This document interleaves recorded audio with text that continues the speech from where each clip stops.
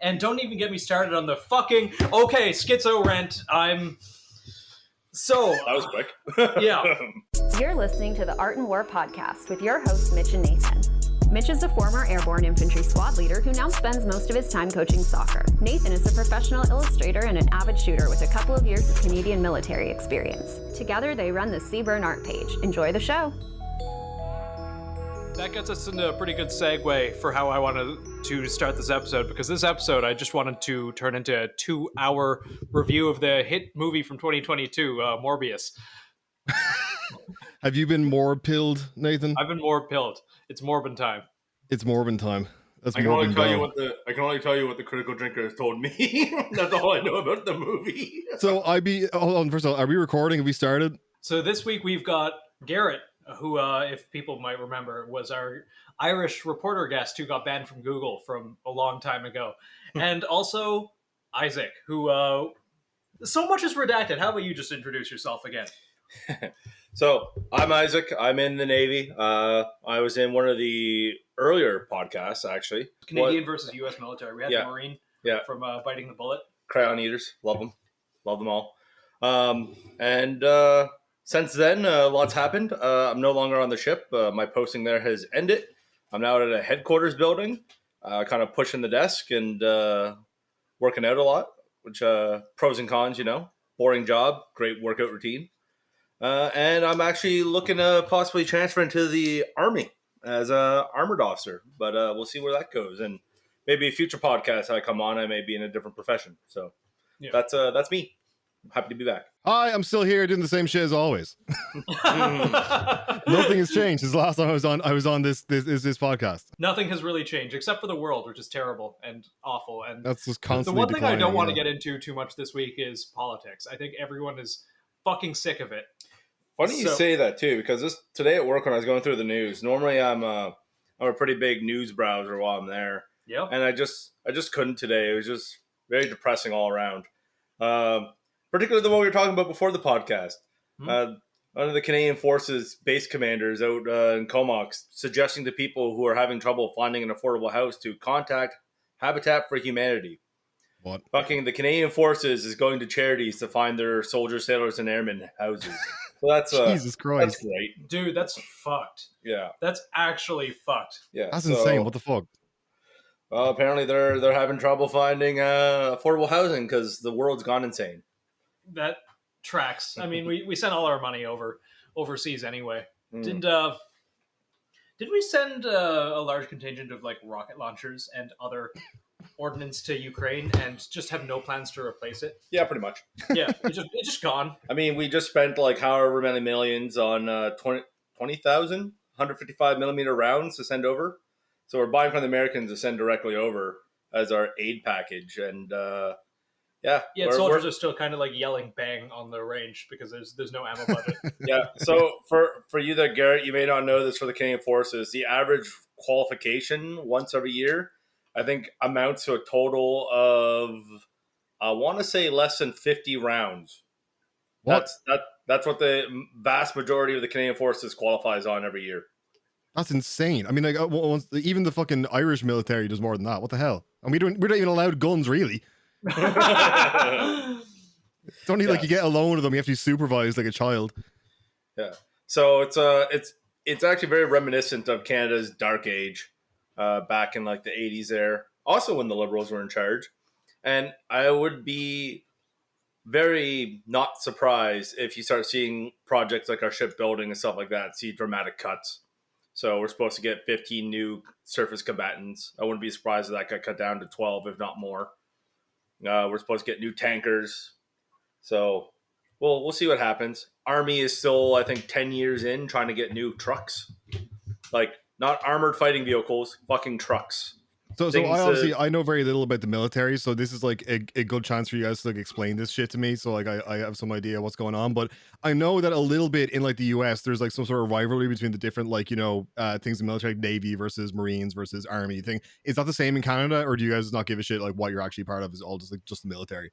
Kinda, it's kind of like that in Canada, but if I was to really break it down, we're very much like only the Marine Corps if you were to compare us to the United States, where yes, we are our individual elements, but we kind of do this half-ass idea. It was a great idea for a military of our size, where it was a soldier-first principle. Right. So effectively, the idea was to train everyone to be a rifleman, so that in the event of the worst-case scenario of an invasion, everyone in the forces could be a competent rifleman. Right. That makes sense. It is kind of a half-baked idea where we kind of did it, but kind of didn't. So if we were to have like true riflemen, as Nathan would know, every NCM would do DP1 in soldier qualification, which is basically like the specialty infantry course, or yeah, and every officer would do common army phase, and then that way the whole military would have kind of a sole principle of how to wage ground war in the event of an all-out invasion. We kind of didn't do that. We kind of did like a tenth of it.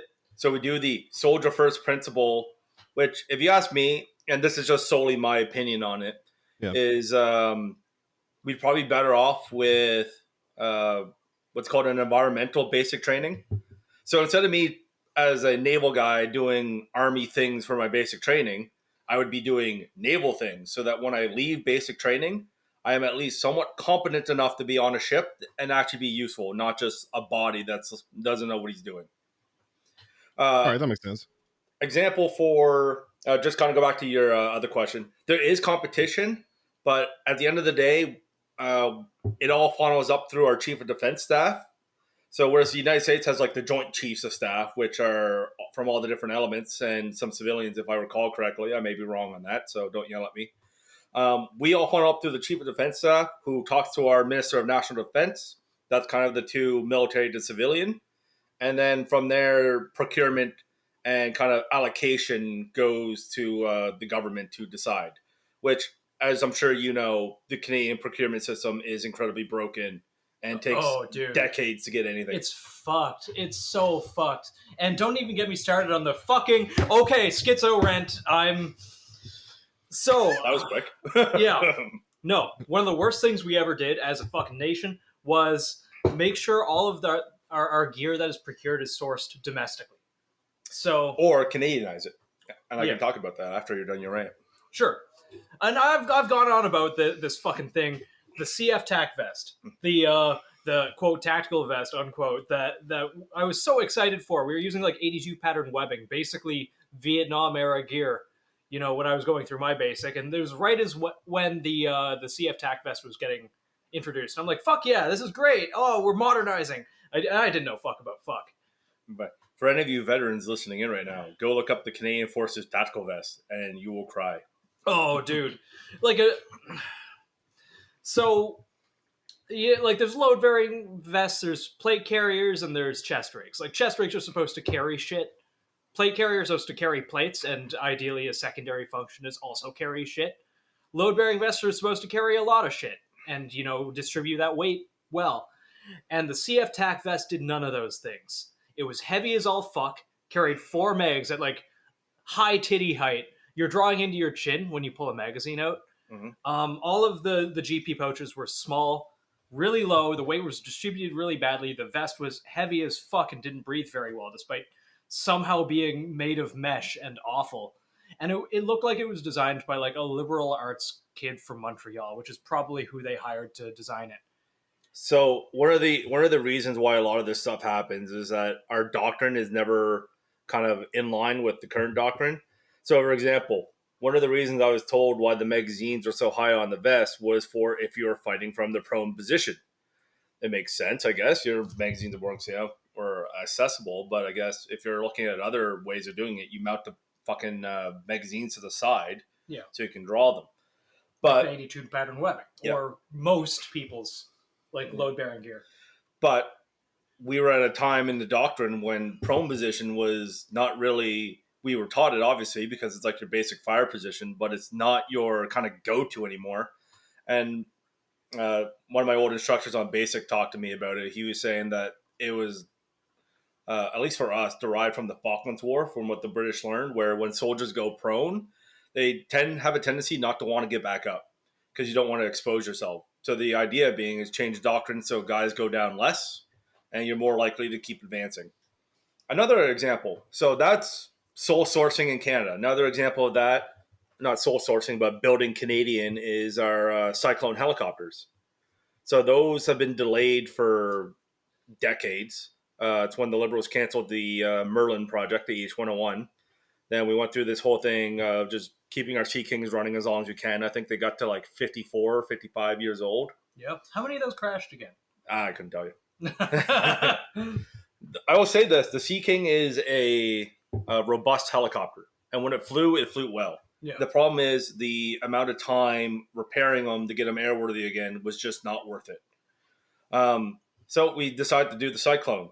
Now, typically, when we do these type of projects, you would build or you'd buy off the shelf, i.e., one of the things that was pitched was buy the Sea King, or not Sea King, sorry, the Seahawk from the United States. And the Army at the same time was like, oh, yeah, we could do that. You guys do that. We'll buy Blackhawks, commonality of parts, commonality of training, commonality of most things. Well, we decided that no. And the Blackhawk thing was like way back in the 80s, 90s when we got the Griffins, which I'll bitch about later. Yeah. So in this one, we did the Cyclone. Cyclone was built off the NH-92 frame, I believe. And that's a civilian patterned helicopter, which was an airworthy frame. But then from there, we had to make a bunch of modifications for it. And by doing those modifications, we actually made the uncertified the airframe because it had to be recertified because we got the tail in fucking half to put the folding in. So delays there, complications to the project, bunch of other things. Cyclones are in service now, but we're still running into issues. Example, in 2020, we had one crash because of a flight control issue we were unaware of. All 6 crew on board died. I remember the first headline about that was like, oh, don't worry, it's not the helicopter. It's not the helicopter. We're investigating the issue. And then it was the helicopter. Yeah, it was something they never expected. And from what I understood, it was a fight between the pilot and the autopilot, where typically I've been told, and I am by no means an expert on this, and I could be off base, but my understanding of what I was told about the crash was that the autopilot kind of reset the parameters of the flight computer so that it thought flight or level flight was actually 30 degrees nose down, and it just crashed into the water there. Fuck. The another one example of not so much building them, but having to Canadianize everything was the Leopard tanks, our original Leopards, and this was in Rick Hillier's book actually, where we took out the fire control system that the Germans had used, which worked perfectly, and put our own fire control system in. Admittedly, cold weather, it was a wonderful fire control system, worked fine. As soon as the roof started heating up under the sun, it would warp the fire control system so that you couldn't hit shit. And according to his book, it took 7 years for us to actually fix it, and about 4 of those years was us refusing to admit there was a problem with it. So that's one of the problems with our Canadian system, is that we either have to Canadianize it or build it locally. And sometimes that just doesn't work. Or it works, but not as good as it could have been. Yeah. I feel like we're getting off track a little bit from how good of a movie that Morbius 2022 was, starring. I will just say, admittedly, the C7s are good. Like, they work. I mean, they work. Isn't Colt Canada owned by fucking CZ now? Probably. Yeah. No, technically our guns are made by the Czech Republic. If you follow that. Yeah, CZ boys dunk on people. Yeah. But yes. What is new in the reporting world? Yes. That's not my name, but yeah. Oh, fuck. Okay, please answer that. Okay, BR, please take this out. Garrett, what is new? You haven't even had like one drink yet. Okay, it was 2, technically, and I may have finished it very quickly. Okay, no, that's fair. That makes more sense. Yes. I mean, I'm still chugging along fine here. All right, Garrett, please tell us about the reporting world and also your review of the 2022 movie Morbius. Morbius, I was Morb Pilled from the beginning before I even saw the film. I was like really fucking hyped, just because of like, you know, you got a vampire movie starring a child molester. It's gonna be fucking great. I was all in. I didn't even need to go see it in theaters. I was just already like outside telling everyone else to go buy tickets, handing out free tickets. You know, I was like, it's got to make $1 billion.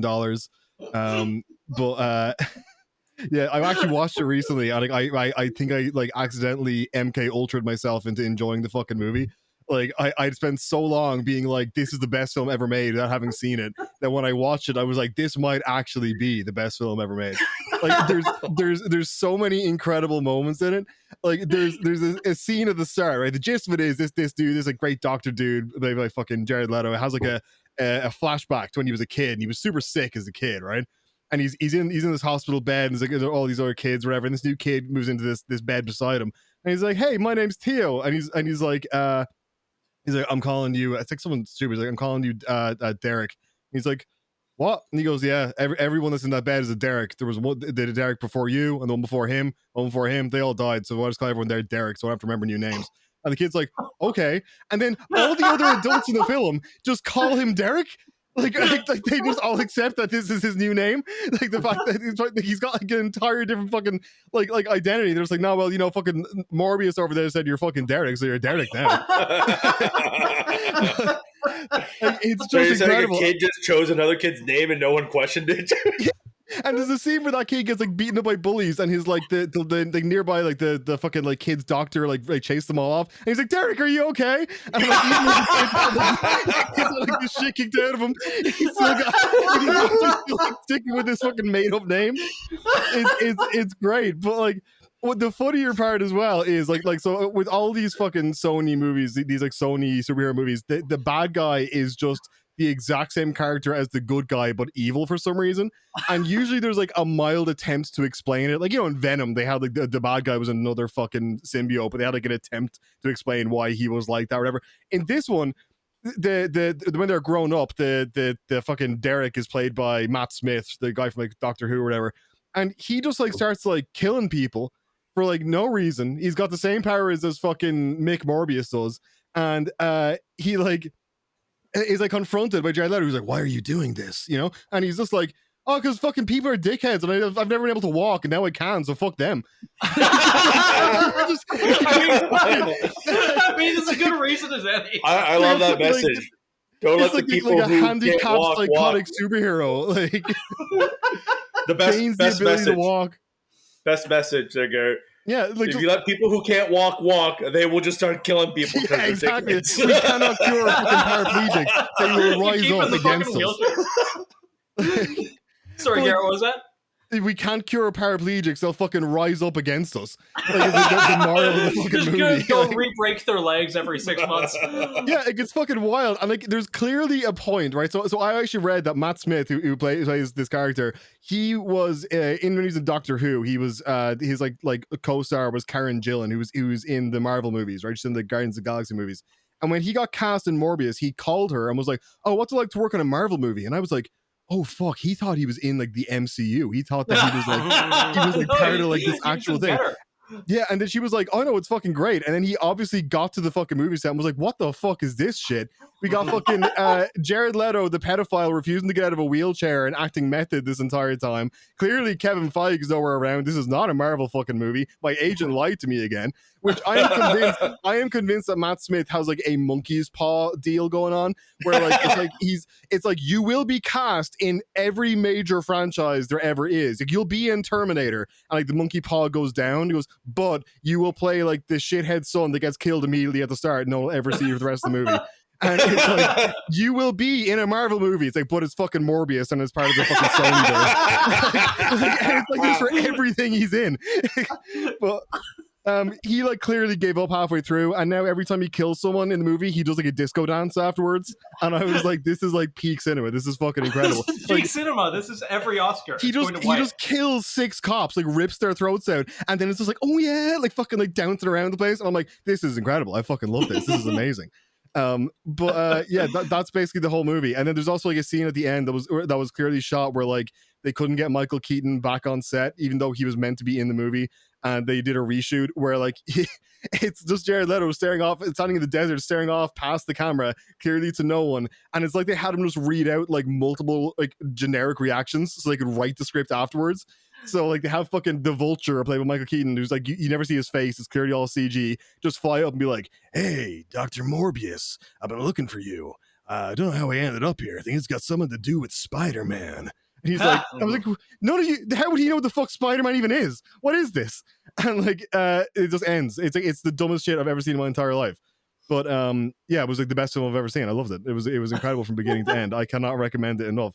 Like, there's just so many moments that make absolutely zero fucking sense that just like, it just gets better and better each time.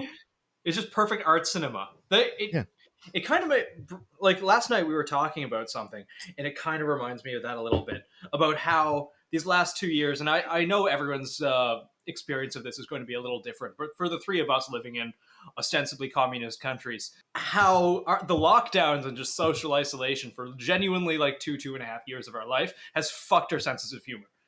Oh, it poisoned my brain beyond poisoned our brains. Yeah.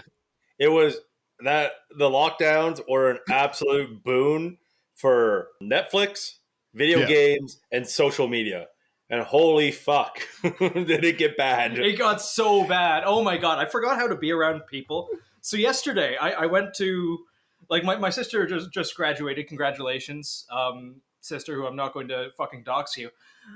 I will. You can tell her to call me. And anyway, so I go to this family dinner, and you know, my middle class like family who is just like very not used to my sense of humor. I'm sitting with them, and it's the first time we've really had, you know, a dinner in a couple of years, and we're at a fancy upscale restaurant where there's a dress code and everything. And my mom looks at me and she goes, "Oh, you lost weight." And I look at her and I'm like, "Oh, thanks. I've been running lately." And my dad looks at me and he just, you know, makes a dad joke. Are you running after someone or away from someone? And I look at him and just well, I mean, I pay homeless men to chase me with knives, so I'm running away from them. But sometimes I just choose to chase women at night. And just without missing a fucking bit, like, my mom fucking like hits me in the arm. My sister looks like I just killed her dog, which is funny because she has one. My dad's just like trying not to laugh, and then like appreciating the absurdity. I just start laughing my ass off at my own joke at the table. Dude, the last 2.5 years have fucking poisoned my brain. There's like that gif of the golden era Arnold Schwarzenegger running on the beach, and it's like me at 2 a.m. like chasing the local women from the shelter.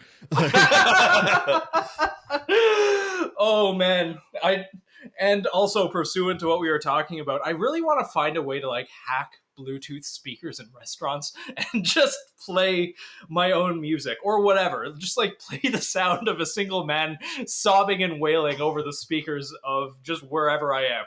Yeah, I thought that would be the funniest shit ever. Like something that's like, it's not like loud enough to be really obvious at first, but just like in the background, just like a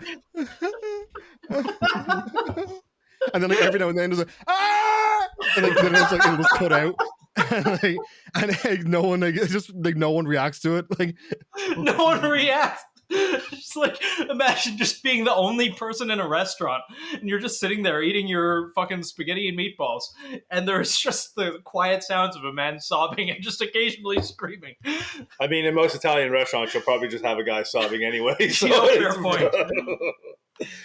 It's usually like to what we were saying earlier about like avoiding the news. The only news I look at now is like shit that is like so absurd it makes me laugh. Like I saw one earlier that had me in bits, which was like and there's the only like all these reports come out now years later about like the Trump presidency. Someone will come out and say like, you know, oh yeah, no, I was there and he said all and did all this shit or whatever, you know. Like in retrospect, they never say it at the time for some reason. Like, you know, 2 years later, they suddenly want to tell you all about it. And the latest one was they were like, someone's like, I was there on January 6th, and when the audience started chanting "Hang Mike Pence," Trump has expressed support for the idea. I just had the idea of just being like, they would have hang Mike. Maybe we should hang Mike. What do you think?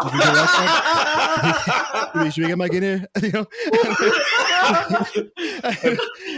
Hey, Mike, imagine it like going to a vote in the room and like Mike Pence also raising his hand in voting for it.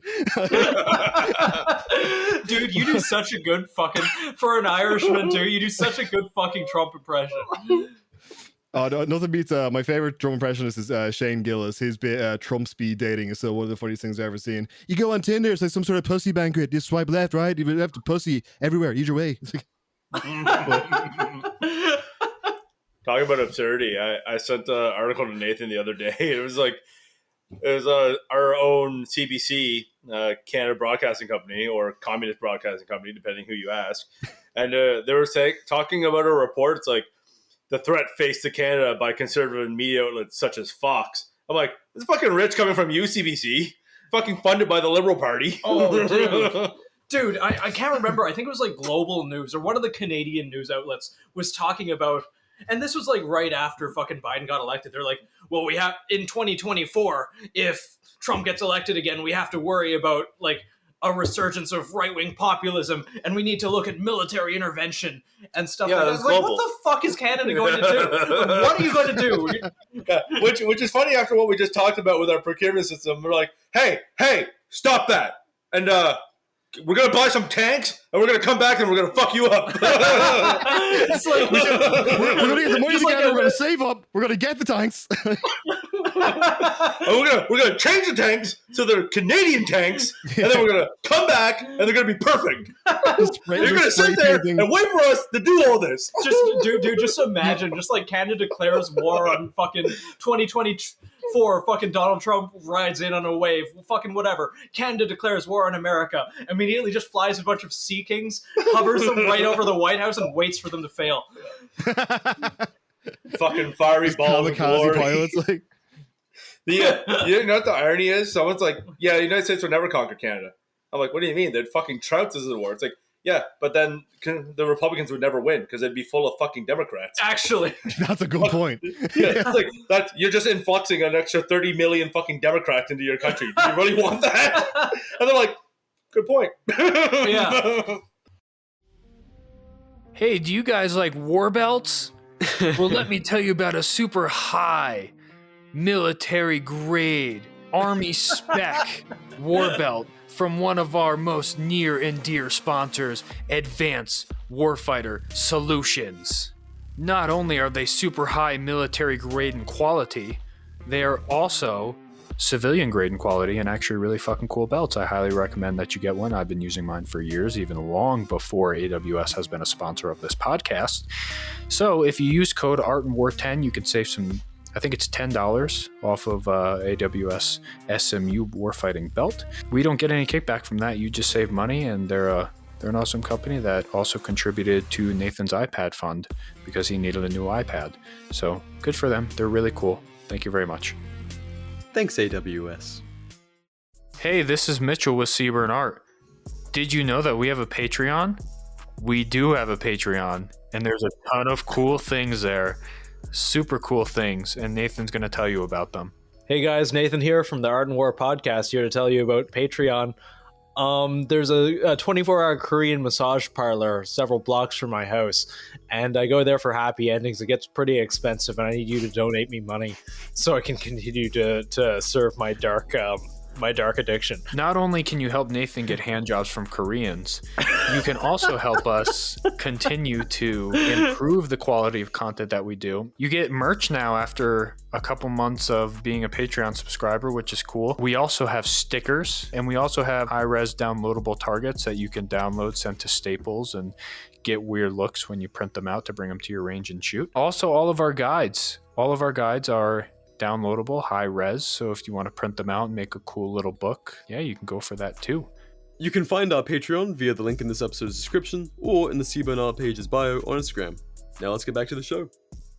But it's fucking it is wild seeing like all the shit around like American politics in the past like few years has just been fucking insane. Like it's every time I think shit can't get more fucking wacky, something like absolutely ridiculous fucking happens.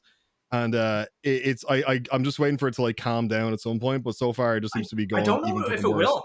It's the whole thing about like the pendulum swings further and further every way, and it never stops. It never really, balances itself towards the middle because it's like pandering to further and further voting bases. Honestly, I don't see it ending in any good ways.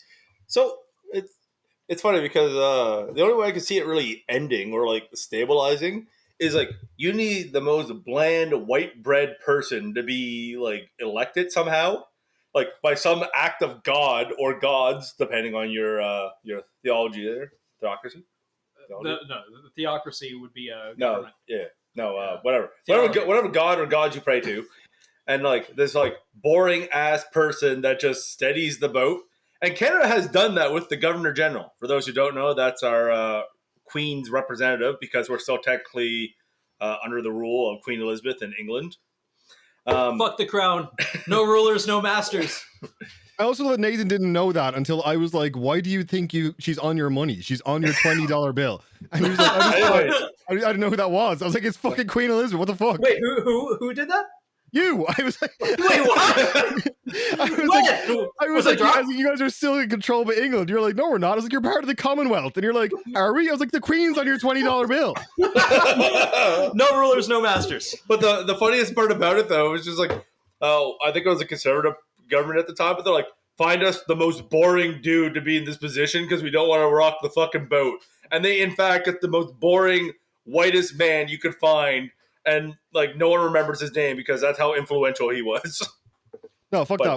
America needs to like all elected positions have to be from someone that is in the WWE Hall of Fame. It has to be decided by a trial of physical combat. Yes. Oh no, shit! I asked this question to other people. I'm gonna ask you now.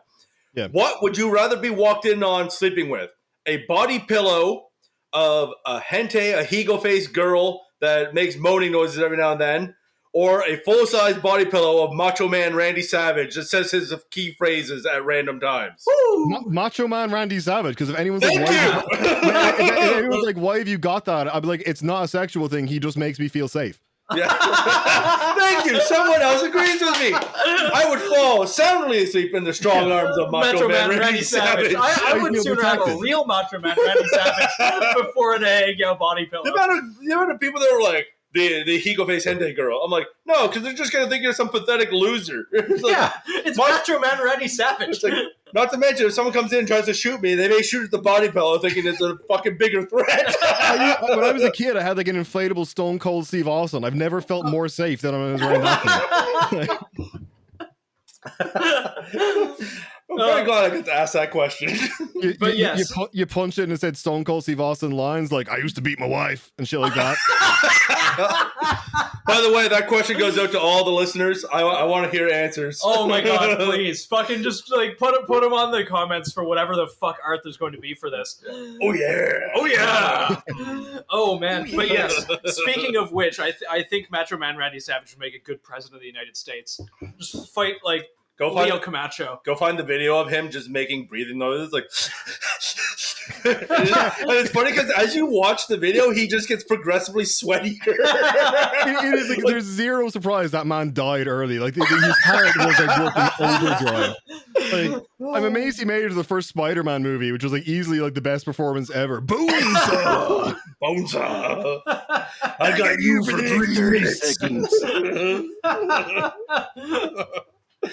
Oh, rest his soul. Oh god, rip, fucking rip. Pour one out for the real homie. Yeah. No, but I do think when it comes to American politics, there shouldn't be any more elections. I think there should be like an emergency decision made just to elect Tom Cruise as like ruler. Like I think that like no one would do a better job than Tom Cruise. I think the clearest answer here, Garrett, is Vermin Supreme. Not for Vermin Supreme. I want Tom Cruise. I will accept no one less.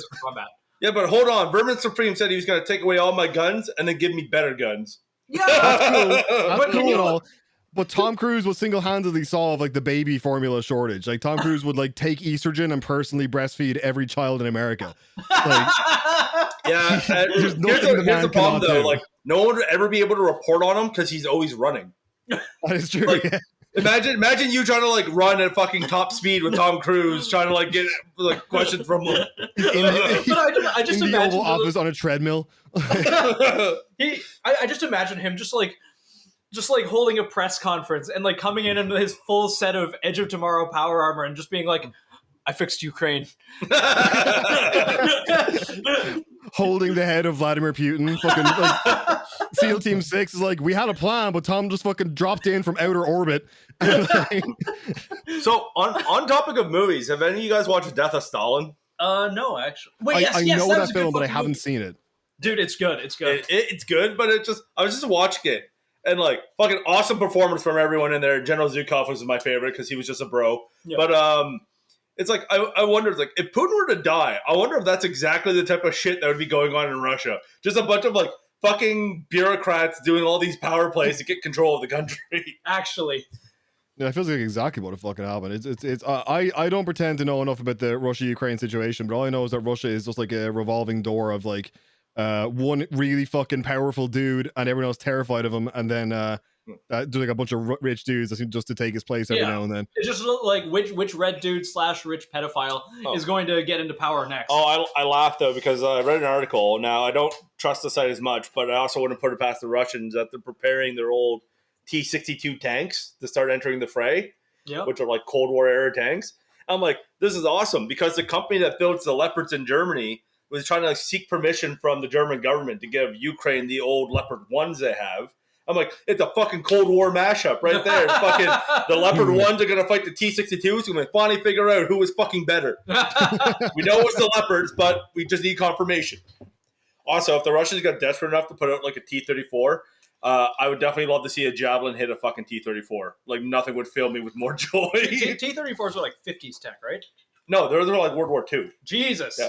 There's a great photo of a destroyed T-72 or T-82. Yeah. It was next to a World War II monument, and there was this like unscathed fucking T-34 on the pedestal. And it was like looking down at it like, pathetic. I fucking conquered Germany. You can't even get across the border. Oh, man.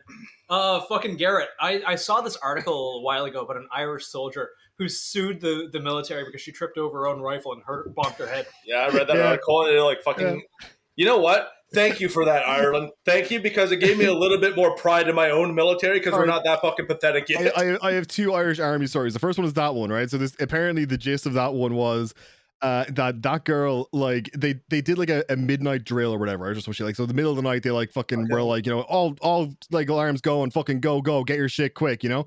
And they were told, I think at the start of like the week at some point it's going to happen, but like not what day. So because like the idea obviously is to have them prepared for an emergency situation, you know. So they were like, you know, like all hands on deck, everyone fucking go. And she apparently like ran out of the barracks and like tripped down the stairs and landed face first on her own rifle, and apparently like really badly cut her face open. Like it wasn't even like a minor damage. She like fucked herself up. I was like, out of the fucking ground. And she like then sued the government. I think they gave her like 60 grand or some shit. I saw that. No, she won. Like I was like, but also literally only like about 2 months after that, there was like an inquest or like an examination done or some shit, a review of some sort. And there was like, this report comes out being like, it turns out the Irish army not ready for any form of invasion or war. And it was like, everyone here was like, of course, we don't fucking know that. I don't think like basically any military, no Western military is ready for fucking anything. So the that story reminded me of a fucking basic training story of mine. So the whole soldier first principle, right? So we're all out there fucking in our little hooches, fucking in our little bivouac waiting for an attack. Yeah. And for whatever reason, the staff that were acting as the opposing force, they left a fucking C9 for you Americans. That's an M249 in the middle of the bivouac there. So like one of our guys who was an army corporal who was becoming an officer just fucking saw it during the attack, picked it up and just started using it against the enemy. And they're like, it confused the shit out of the staff of why this fucking light machine gun was shooting back at them. And they found out and they were trying to get all shitty with him, like, you qualified for that? He's like, yeah, I'm a qualified instructor. And they're like, fuck. Dude, I don't know if you're fucking comfortable talking about it, but you told me a really interesting story when we were hiking a couple weeks ago about one particular fucking guy on one of your officer quals. Who tried to enact the caste system. It's up to you if you want to talk about it. I'll talk about it. Actually, you know what? Well, let's make this fucking zany characters from my basic training. So I'll talk about this one first. Yeah, we had as Canada is a very diverse country, we had a couple people who had immigrated over from India on the course. And two of them were in our platoon. And I believe they were in the same section, at least for a period. I think after this incident, one of them got moved to another section. But in like their caste system, one was higher than the other if that was in any way enforced on fucking Canadian basic training. So he was trying to make this guy like prepare his boots, make his bed, clean his like shit. And like it came to a head at one point because the guy who was technically lower on the caste was the platoon, like, or this either the platoon or the section IC for that day. So technically speaking, in the ranking system, he was higher. They told him to do something. This guy lost his shit and was getting like all up in his face. I can't say what actually came of it, but a closed door meeting with the section solved it real quick, and he got moved to another section. I think he got his ass beat a little bit because, someone like that kind of dragging back your unit, it affects all of you because the staff don't give a shit who fucks up. They just care that you all pay for it. Another zany character on my basic, and I'll touch more on the whole caste system and the bullshit of that and our people trying to enforce it. But another zany character I want to talk about was a Russian guy, actually. And him! So yes! He was a Russian immigrant who became an intelligence officer, and I'm not sure if he's still in or not. But like talking to him, he was talking about his fencing tour in Afghanistan, and it took me a little while because I was a fucking dumbass as a teenager. But then I realized, like, oh my god, this guy was in the fucking Soviet military. He served in Afghanistan, and I'm just like, afterwards, like, did no one like think this was a bad idea to like make him a fucking int officer in our military? Did no one Google this dude's background? What the fuck? And then we fucking saw him during one of the exercises, and a guy like ran away that they were trying to detain. He chased after him, fucking this man was a big man, picked him up the staff and threw him to the ground, pulled his rifle and went bang bang, just execute him. Like, what are you doing, man? He's like, what? Is that not how you deal with prisoners? We're like, Jesus, dude! Motherfucker! The last story I'll tell was not from my basic, but the one after mine. And we had a guy from Sierra Leone, and he was it was his because we're all officers, right? He was running the exercise, and a refugee tried to steal water from this pallet they were protecting. And he just gets so angry. It's like, you trying to steal water from me? And he like points at one of the other guys. You execute that man. And the savage was like, whoa, okay. Reminds me of that story Mitch told about when they were like in, I assume, Afghanistan or whatever. There was like local kids like used to run behind. They throw them like rations and shit. And Mitch was like to one of the guys like, oh yeah, like give him some food. And the guy like dumped out like an entire crate of rations, was crushed some kid. And then he was like, yeah, the locals didn't really like us. It's like, yeah, you're killing them with heavy food. Of course they don't like you. Crushing their children's heads with MREs. And but back to that one character. So kind of a double-edged story here. One being you're talking about the caste system. The caste system guy, yeah. Yeah. So one being about like people immigrating into a new society. Like, holy shit, was he not? Because he was really trying to fucking make this caste system thing stick, but it wasn't. But the other thing was kind of like, admittedly, the guy was actually a very smart man. He was like a literal rocket scientist. He had a PhD and all of that. Doesn't mean you're fucking smart on any like common sense level. Oh yeah. During like all of his taskings, like they came on a crashed helicopter, and he just kept sending dudes into the fucking fire, and the instructor was like, okay, he's dead. And he sent another guy in. He's dead. He sent another guy in. Okay, I'm just gonna keep killing your dudes if you keep doing that. And then like this is my favorite story from the basic. We're going out, like shit's blowing up. There's IEDs and vehicles everywhere, and so we're going out. And this guy's supposed to lead us on a 3-kilometer patrol, which is like what, like a mile? No, it's 1.6. Yeah. So that'd be like 1.8 miles. I want to say something like that. Yeah. Yeah. So we normally this thing will take an hour, right? You do a few minutes of planning, you give your orders, you walk down the road, something happens, you walk home. Everyone's happy. Well, he spent most of his time, 1.86. So he spent most of his time planning his orders. Like, they must have been the most detailed orders. They were not anything special. They were good, but I wouldn't say they were fucking extravagant. So we stepped off to do 3 kilometers or 1.86 miles in 5 minutes. So we start walking, and like we said, the threat level for the exercise was like high. Fucking everyone out there is trying to kill you at this point. Well, he insists on everyone putting on their fucking white helmet lights. Fucking make sure everyone can see you. We get walking, come up to 2 fucking pickup trucks parked on the side of the road.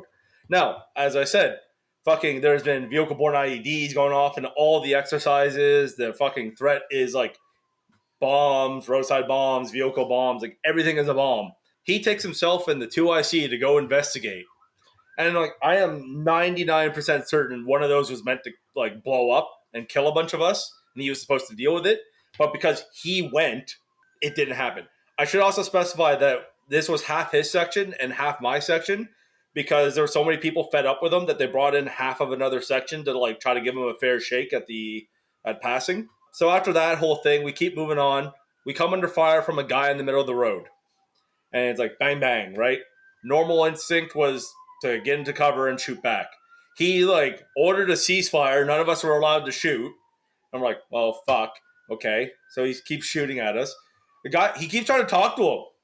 We're friendly. Bang, bang. We're friendly. Bang, bang. And it's like, I don't think he's getting the fucking message. The guy, by the way, who's shooting at us is like 20 feet away.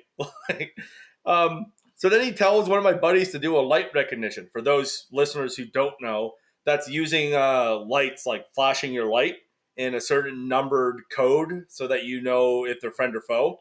As soon as he turns his light, he fucking comes under fire, and the guy goes, okay, definitely an enemy. Like, thanks, we knew that 5 minutes ago. He's like, okay, one section will crawl towards the enemy who is 20 feet in front of us. It's like, we outnumber him with like 20-1 with fucking automatic rifles. Like, the fucking instructor at that point shut it down. He's like, fucking 2IC, take everyone to bed. Like, this is fucking stupid. I am glad this is one of the rare situations where this guy didn't fail upwards. But here's the problem. He still passed basic training because he cried racism. Oh. So no one would fail him after that. Funny enough, and I couldn't find him on our email list, so I don't think he's in anymore. Good. But he failed the next course, which is called Naval Environmental Training Program Officer, now known as Naval Warfare Officer Training 2. But NETPO, as it was called, used to be a literal bird course. You were meant to go out and drink every day. You were meant to like have fun. As my instructor put it on NETPO, it's like, this is the cherry on the cake. It's all downhill from here. It does not get better. It just gets progressively worse. Like, not a real motivator for staying in, but fucking honest at least. Yeah. He failed that course. So the course you were not supposed to fail or be able to fail, he failed. Didn't Homie have like a PhD in fucking rocket science or something? Yes, he did. Retard. But that's a prime example of book smarts does not necessarily mean that you're street savvy. Yeah. Anyways, that's my rant about basic. Oh yeah, no. It's in my experience, it's the opposite. The more educated people I know, like the dumber they are in like day-to-day life. They haven't any fucking idea what they're doing. Oh, dude, 100%. Like the book smartest people I know generally, like the people with the most degrees who've gone through the most years of academia, are also usually the people I really don't want to spend any time with, and the people I would consider genuinely naive. Generally very idealistic, but very naive. Yeah. Well, you were talking about it with the education system there, how like education used to be taught by teachers that had like basic knowledge, but now it's being taught by people with the equivalent of a master's degree. Yeah, it's idealists who spend like 5, 6, 7, 8 years in academia. And no joke. I had one lecturer who was teaching journalism and had literally never worked in the like field his entire life. He was on his 4th degree. And Jesus, professional academic. Yeah, and I was like, "Have you ever like gone anywhere?" He was like, "No." And then in comparison, the best lecturer I had was a guy who was like a Northern Irish journalist during like the Troubles up north, and like he'd been to like Afghanistan with the Irish Army and like did all this like wild shit and all like that. And he had like I think a basic ass degree, but he was just fucking great at his job. He was like 5'2" and used to come flying into the room like sweating like a motherfucker as he ran everywhere for some reason. And he's Irish Tom Cruise. Yeah, legit like thing. But he was just this like tiny little dude come flying in. I remember I was the only person in at like Christmas time once, and he comes flying in. He goes and he says, "Garrett." And I go, "Oh, what's up, Henry?" He goes, "I have to go. My wife got in a fight with my girlfriend." And I was like, "What?" He goes, "It was a fucking nightmare in the middle of the restaurant. He made a show of me." And I was like, what do you mean? He goes, "I was out having dinner with the girlfriend. Everything's going grand." And I was like, did your wife know about your girlfriend? He goes, "Well, no, not really. Like, she had an idea. Like, because she fucking found me. And then she went for it in the middle of the restaurant. Because I'm going to stay with my daughter tonight to sleep in a shed because she hasn't got any spare rooms." But that was the best journalism lecture I ever had. He also once puts up on TV a Russia Today broadcast, right? and it's this blonde lady, and she's talking about like some story or whatever, and he's like, what do you think of that, lads? And we're like all doing like, yeah, like she presented the topic pretty well. I don't know much about it, but like the way she played. And he goes, no, like what do you think about her? Like, we're like, yeah, she was good. He goes, I did. And he goes, we were at a conference in Germany and I did. But you can't just show us girls you banged, man. That's not the course. You can't do that. He was great though. I love him. That's incredible. It's probably more than you learn in every other course. There's a great Navy toast for that first one. It goes, to wives and sweethearts, may they never meet. We're not allowed to say that anymore, by the way. Or no, is it offensive? It's now to our families, which I find really ironic. To our multiple families. He also, we came back from like a summer break or whatever, and our course had combined with like a solid just a journalism course. So Henry, the little Northern Irishman, is explaining what we're going to do in our course to these new guys we'd never met before. And me and my buddy Joycey walk in, and he just goes, so we're going to be talking about the lads, and he just runs over to me and my mate and is like grabs us in a big bear hug. And then throughout the class we'll just make comments directly to us. Like he's like, so what we're going to be talking about in this class is like different things that affect like the narratives in news media. Most recently, a big narrative has been transgender rights, especially after Caitlyn Jenner. And he turns to me and my buddy and goes, snip snip lads, what? And just like a single everyone else in the class goes like, who the fuck are these guys? It'd be 10 years. He was the best. I loved Henry. He was so good. I don't know. He told me about how he was like leaving the college, like, and he said literally that other lecturer who was on his 4th degree and never done anything was apparently in like the staff room talking about how great it was seeing communist flags flying in certain parts of Spain now, and how like he loved to see like the like Marxist uprising again, literally like full blown pro like communism, right? And Henry said nothing until the last day when he just apparently lost his head in the middle of the staff room and was like, you little fucking dickhead, don't know what you're talking about, never even left the fucking country, let alone know anything about communism, and like lost his mind at this dude. And he like then promptly was like just left the fucking college, never came back. Honestly, good. Yeah, he was like super anti-communist, It was great. Yeah, I loved him. Most of my college experience was terrible. It was I had more experience than nearly all of my lecturers, but except for Henry, he was great. I loved him. Yeah. Oh my god. No, I don't miss university. I don't miss university, and I think it's a lot worse now than when I went there. I'm not sure if I talked about it last time I was on the podcast, but man, I fucking hated university, and I didn't see the like application of having a degree to being an officer. Like, I could have been an officer without this fucking piece of paper, and like all this was 4 years of fucking hell to go do the job, and I don't think it helped in any way with leadership. In fact, it probably was worse because you're like, no offense to a lot of university people, but I find a lot of people I went to university with is they were fucking insufferable. No, dude, 100%. And honestly, a lot of good ones. Yeah. But a lot of really insufferable people that like took a lot of being to be like, I want to fucking punch you. Yeah. And you went to university before. It was just like whatever the fuck it is now. Like it was on its way. But fuck, dude, it reminds me a lot of like a conversation I had the other day about how basically the university industrial complex and all of the, like, you need to have a degree to do this. Oh, you need a degree to do that. Oh, you need a degree to become an officer. It's basically our Western modern equivalent of a caste system. Because to go to university, you generally have to have money. You generally have to have time. You generally have to be enough of an ideal. Or you want to be in debt for fucking most of your life. Yeah. Without even buying a house or a car. Oh, fucking 100%. But if you want a job in like XYZ chosen fields, many of which don't actually need the practical experience you need from getting a degree, it's entirely just like weeding people out who would think differently or are of a different economic class than you. I honestly think that. I didn't use. Yeah, I agree, because like the before, like years back, having a degree was like, a sign of like, ability to retain information, ability to learn quickly, ability, like all these different things that they were like teaching you throughout the course would be applicable directly to the job you were going to do. But then everyone fucking got one, and like basically like the generation before ours pushed all of their kids to like, you have to go to university no matter what.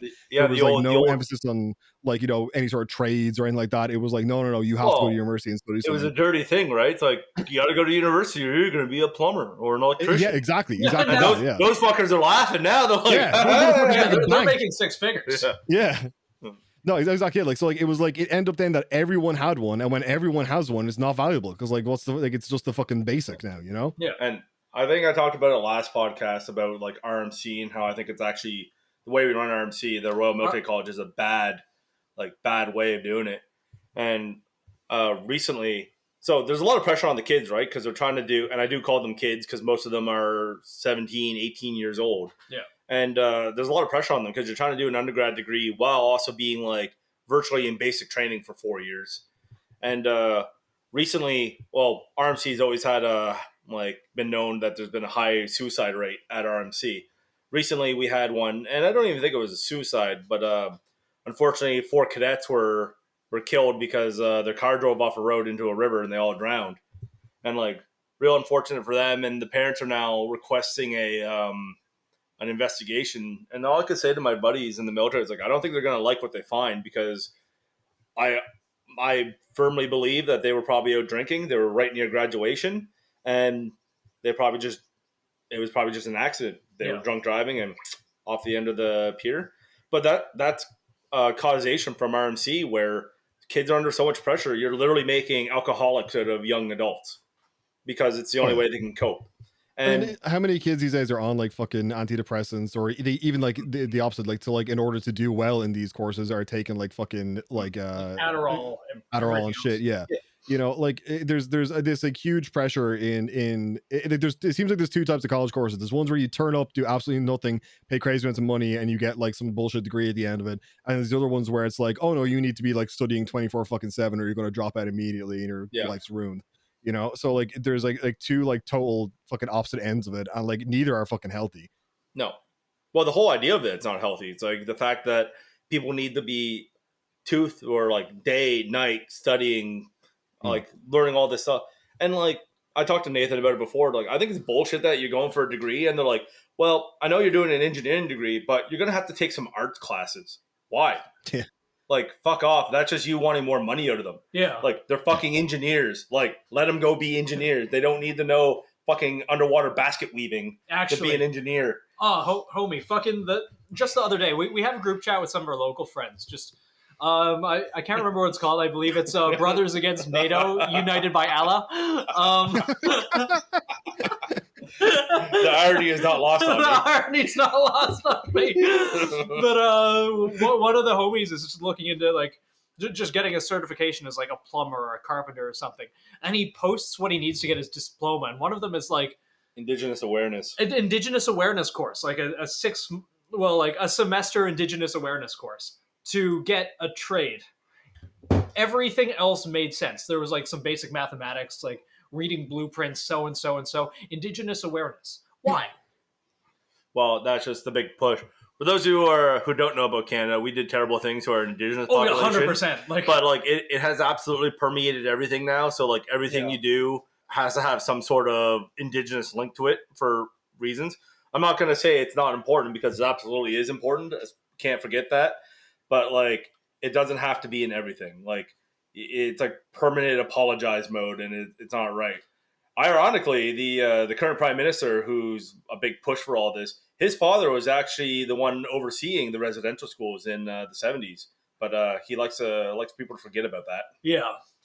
I believe at one point he quoted, it's like you shouldn't pin the sins of the father on people. I'm like, well, you're doing it for the rest of the fucking country. Like, your dude was directly involved. Dude, the fucking government, our government, has done such a good job of like deferring responsibility and blame onto other things. Yeah. Like, oh yes, the government ran residential schools, which for people who are unaware, basically Indigenous kids were forced into government-run, like private schools in which they were abused, and often they died and were neglected and were forced into state-run curriculums and whatnot. Overseen by the Catholic Church, a lot of them. Overseen by the Catholic Church. And the RCMP played a big part in rounding them up. Yep. People forget it's who hired the Catholic Church. Who Canadian government. It was the government, but they did a very good job of managing to blame the church, in which a bunch of churches got burned down. No one ever says anything about that. There were a lot of reprisal attacks that never really made the news. The irony of the reprisal attacks is that there's a lot of actually Indigenous people in Canada who are Catholic or Christian, and a lot of them were actually very upset about the burning of said church. Yeah. Which is ironic because we have a mutual acquaintance who was like, yeah, fucking burn them down. Yeah. I'm like, the irony here is that you, as a white woman, are speaking for indigenous population and shitting on people who try to speak for them, even though they are very upset about this happening and they don't want violence. Yeah. So like, it's like the irony's not lost on me that you're being this fucking activist while being a shitty activist. Yeah. That's all dude, white women. White women are a disease. White women ruin everything. Oh, dude, I remember this particular girl. We went on a ruck hike in the middle of fucking nowhere a while ago. Like, I don't like where this is going. oh yeah, I'm was not there. gonna fucking name names. You were She's not there. around We anymore. went on that fucking ruck hike. It's just the way you started that. It's like, I don't like where this is going. I know where it's going, and it's not bad. But the way you phrased it, we were with this woman in the middle of I was nowhere. alone. No, man. No, You were she in the was not fucking physically mountains. She there. couldn't She get just- away. Yeah, she found out that we went on a ruck hike. She was like, "Why would you do that? You're outside your welcome zone. That's dangerous for people." Oh yeah, so this was during COVID. Me and Nathan were rucking because Yeah. everything else was locked down, nothing else to do. But the government fully supported going outside and doing shit. For a while, they didn't, which I Yeah. find kind of funny. But then they were on board, like, yeah, go hike because otherwise people are gonna like start getting the pitchforks and torches. Yeah, start killing themselves, which they did. And then no one wants to talk It's about like that. the holier than thou, I shall stay in my pod and obey the government. And it's like, oh my god, you guys aren't staying in your pod and obeying the government. How Yeah. dare? Like she literally used the word "you left your welcome zone." Yeah. Like that's not even a fucking paraphrase. Yeah. Just like the amount of fucking programming people have gone under to like all the Quizlings, all the people But- who report on so- their neighbor. So that goes back to what you were saying, Garrett. Though it's just like the higher education, the stupider people get. So Yeah. this particular person is educated. Very. Yeah, that is educated. But like, my God, common sense. So me and her got into an argument when Apple was doing that thing where they were like going to start watching like your images as they left the phone. Yeah, Yeah, Yeah. they're scanning them for child porn. Yeah, Yeah. that one.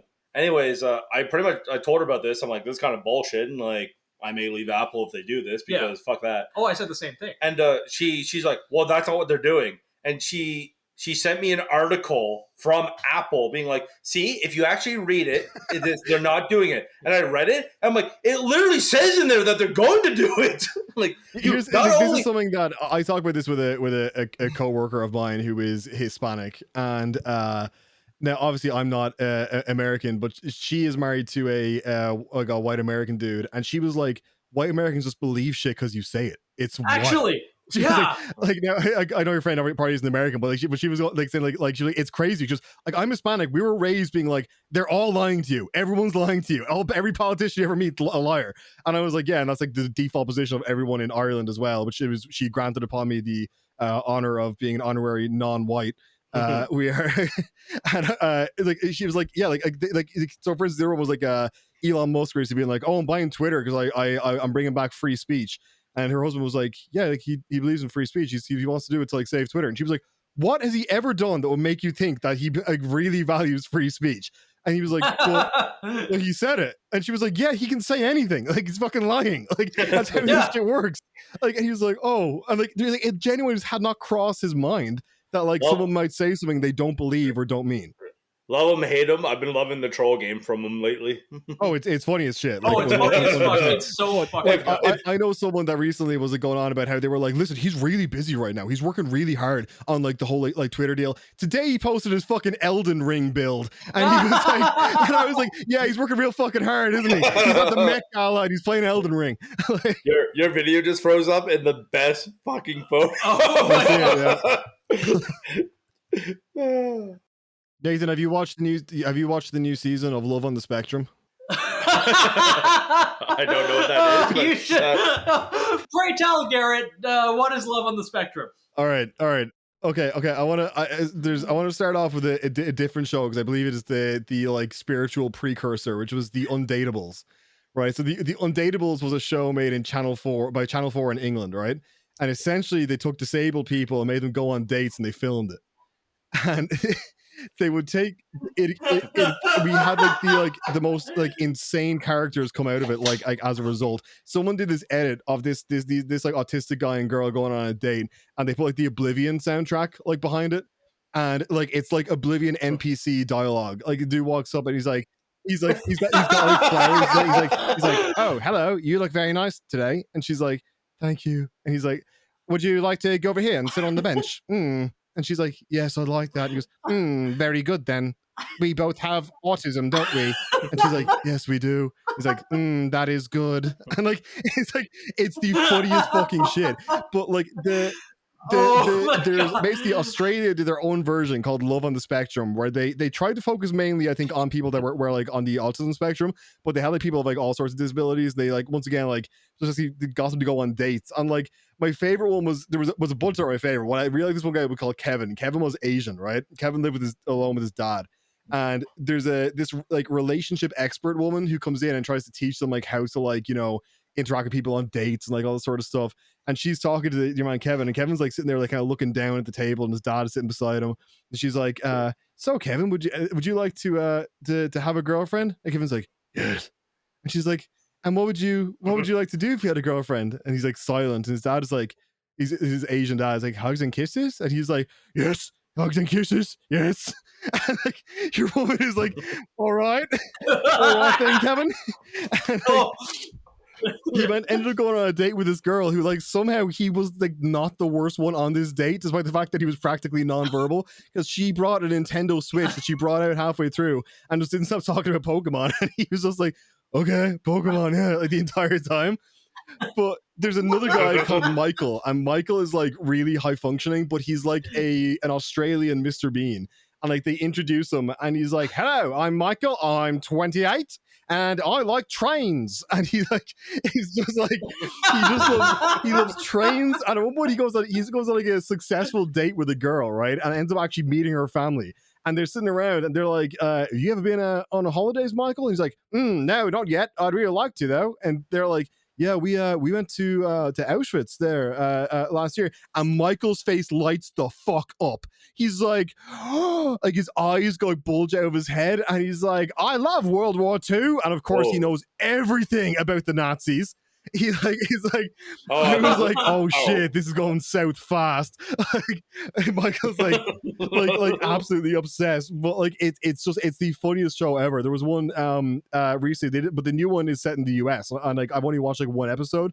But like there's this guy goes on a girl with this girl with Down syndrome, and like somehow the girl with Down syndrome is like, she seems like totally normal, and she's like, and when she's just like, so you like any movies?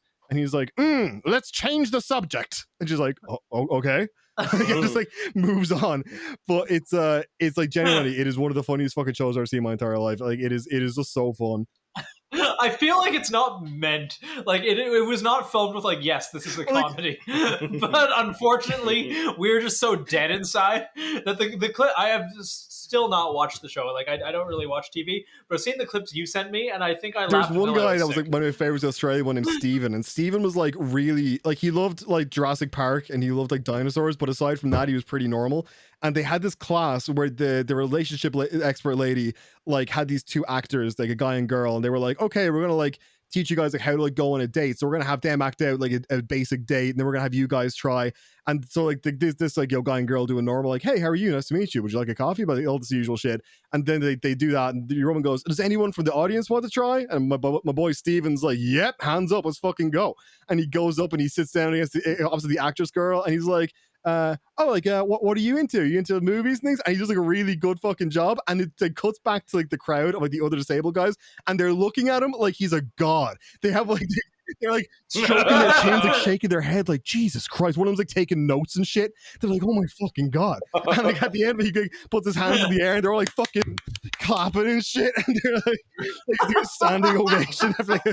It's the funniest fucking thing I've ever seen. Like it's just such a good fucking show. But how do we get Nathan onto this show? No, genuinely. I'm signing up for next year. That I'm like, I don't think this guy is like, this feels predatory. This dude is not disabled enough for this girl. Like this dude will be like, I'm just mildly into trains, and I'll have him on a date with a girl with full-blown Down syndrome who's like, hello, and you're like, oh fuck, this is gonna go bad. This is gonna go illegal. Like he's going to jail.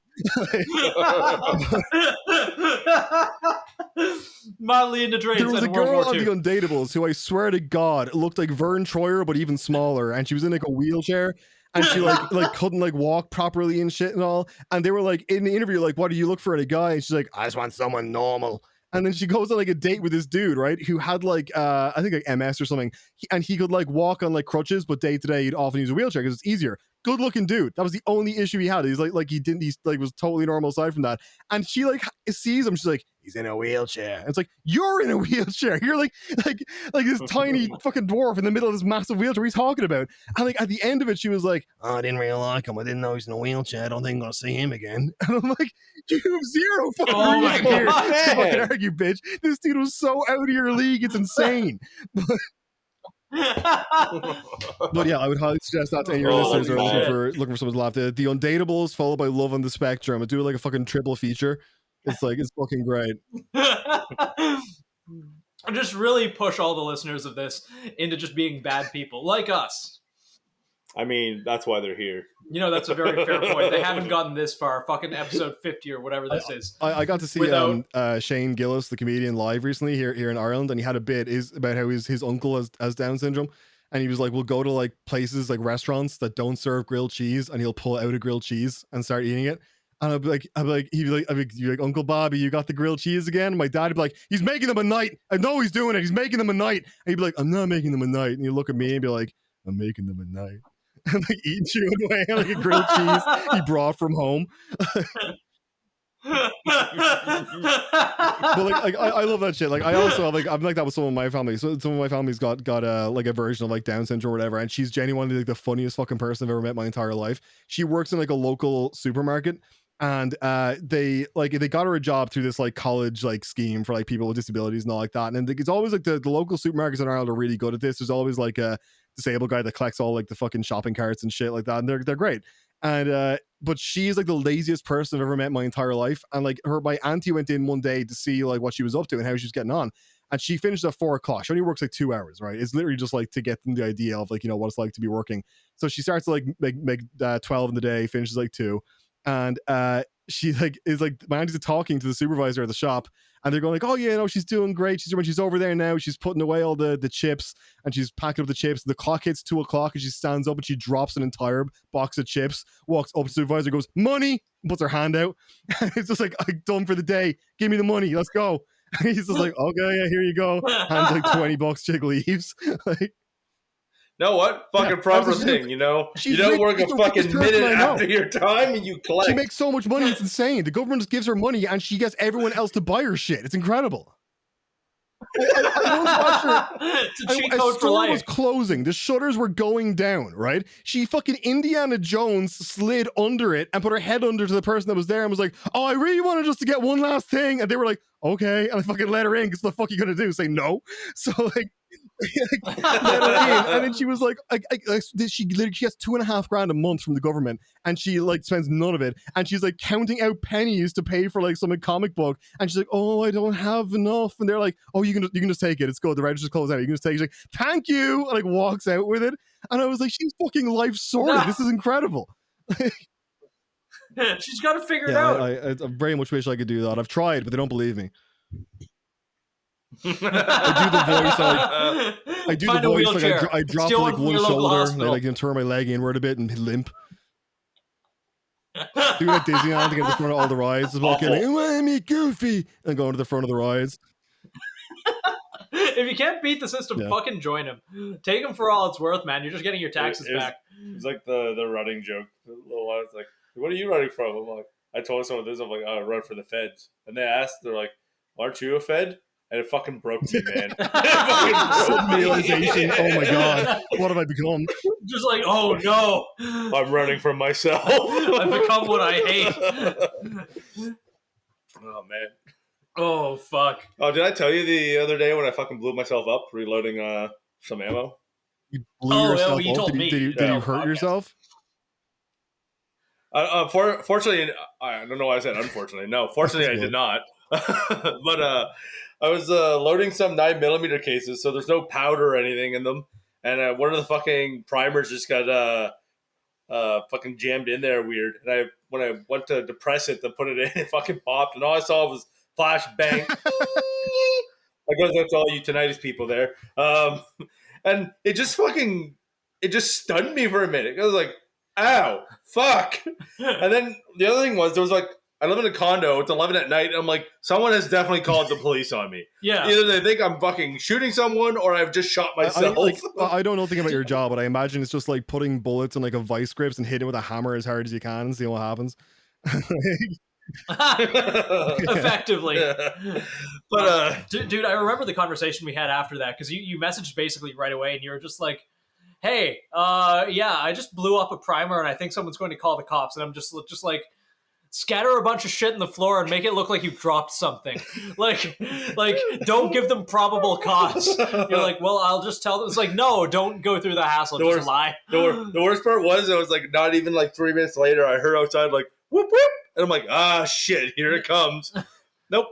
Nothing ever came of it. I was like, oh, that's fortunate for me. Yeah. So either my neighbors weren't home or they're just too goddamn scared of me to do anything. I would have just like smashed the window and laid like knocked out on the ground with the screams, be like, it was a black guy, and like fucking like. Just like give yourself a black eye and just like, a bunch of cracks shooting around the place. Like. Awful. Awful. VR, I'm sorry. For that being said, I highly recommend reloading to everyone. Yes, holy shit. If you're into guns, like it doesn't really save you money on ammo, unfortunately, just given the price and scarcity of everything. But goddamn, is it fun to do? And when your rounds actually work, it feels super good. Dude, we were shooting under an MOA with your hand load 5.56, like at 100 meters, an inch or less groups, with like a piston gun. Yeah, it's like the stuff we were buying from the stores. 2.5 inch groups, like obviously just like 55 grain bulk, nothing cool. But I definitely recommend that out to anyone. I'm by no means a professional myself, but if a dumbass like me who blows himself up can do it, you can certainly do it. Did my archery hunting course the other week there. You mentioned that, yeah. No, fucking Isaac and I are getting into archery. Hold on. I've already been into it. You're already in archery. I'm indigenous. I have a bow now. I was born with a bow. But no, archery is great. I love archery. Yeah. Cheaper than bullets. I think it's a good skill to have. I think like anyone who's listening to this should start looking into the skills to sustain yourself, because, and I guess this will be the one political thing in this. 2022 sucks. It's an election year. Everything's getting fucking weird. Maybe learn how to fucking grow corn or whatever. I don't care. Learn how to reload your own bullets. Do stuff. Stop buying Funko Pops. You fucking nerds. Make a garden. Make a garden. And maybe be nice. Pat a farmer on the back. Your local. What? Oh. He's a change you want to see in the world. Minecraft. That's right. Everything's fine if you save it in Minecraft. After all your local elected officials are skinwalkers. They don't know we know, but we know. Oh fuck! But no, the from what I've been told, man, archery or bow hunting is like the way to be. It's like guys all swear by it. They're all rifle hunters, but they're like, there's just something special about fucking bow hunting. And I hope to experience that one day. Yeah. There's something very, very nice about it. Do you still have my old fucking Martin? Yeah. We should skin that for parts. I mean, we pretty much already took the best parts off. I mean, unless you need a sight. No, I got a sight. Yeah, then, I mean, we should just get it restrung and sell it. Yeah, fair point. Any listeners out there in and around the area, though, looking for a left-handed fucking Martin bow, this is the guy to talk to. Yes. What's the draw weight? I think it's like 69 pounds. Something nice. like that. It's nice. It's heavy. Yeah. Like your mom.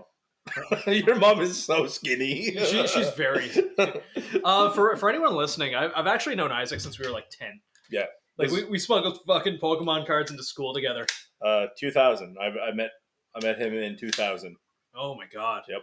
Yeah. Holy fuck, we're old. Yep. When the fuck did I meet you? A while ago. Like 10 years? Less. No. Like 8, 9? I think, yeah. Hold on. You two are the people the people who I keep in contact with that I actually talk to the most, that I've known the longest. I met Garrett on Warzone. Yeah. It was a couple years ago. We ran a few things on Warzone. I was terrible. Same. I just scream a lot. Garrett just like saved my ass. I haven't played in so I long. haven't I'm really so played bad video now. games since playing Warzone. But But the highlight of that though was the fucking getting that like weird light machine gun where you had to do all the weird shit at the bank. Fun. Oh yeah! Oh my god, that was a magical journey. And when we won, not once, but we did it twice because fucking people forgot to pick up the thing. Yeah, that was fun, dude. Yeah, I haven't played any video games in so fucking long.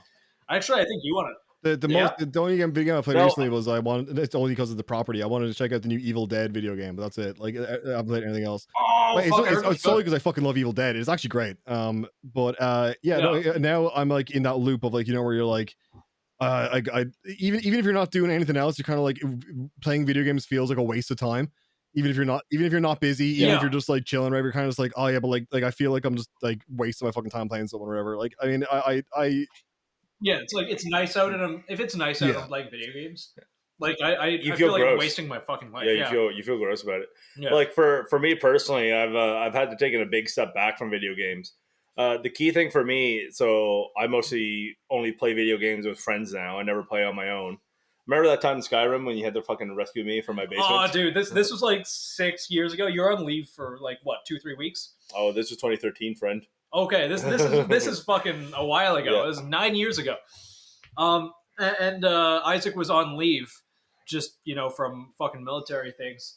And I know he's on leave, and I don't hear from him for a couple of days. So I kind of go over. I'm like, hey, you mind if I drop by? Like, yeah, sure. So I come in, and he's sitting on his couch in his underwear and like a dirty t-shirt, just sprawled out. He's got this big fucking beard, and he's playing Skyrim. It's just like the ambient music, like the Skyrim music, and it's like, I used to be a traveler, like an adventurer like you, but I took an arrow to the knee, and he's just there like eyes half open, mouth half open, just like drool stains on his face. Skyrim is a hell of a drug, man. Skyrim was a hell of a drug. It's all you did. But, I don't think you went outside. No. I don't know how you survived. Pizza, I guess. But yeah. So now I only play things like War Thunder or Payday with other friends online. The only problem is I'll use War Thunder for the example, just because that's the more frustrating of the two games. Is that when you're having a bad night playing, it doesn't get better. Like, you get frustrated, you get angry, and like every little thing just irks you. And the problem I used to have is that because I was playing with friends, I never wanted to be the guy that quit, because like, the friends maybe having a good time or something, and you just encourage each other to keep going. Which friend encouragement's great, but not in this case, because it was just like I was just getting so mad that like I was physically like seething.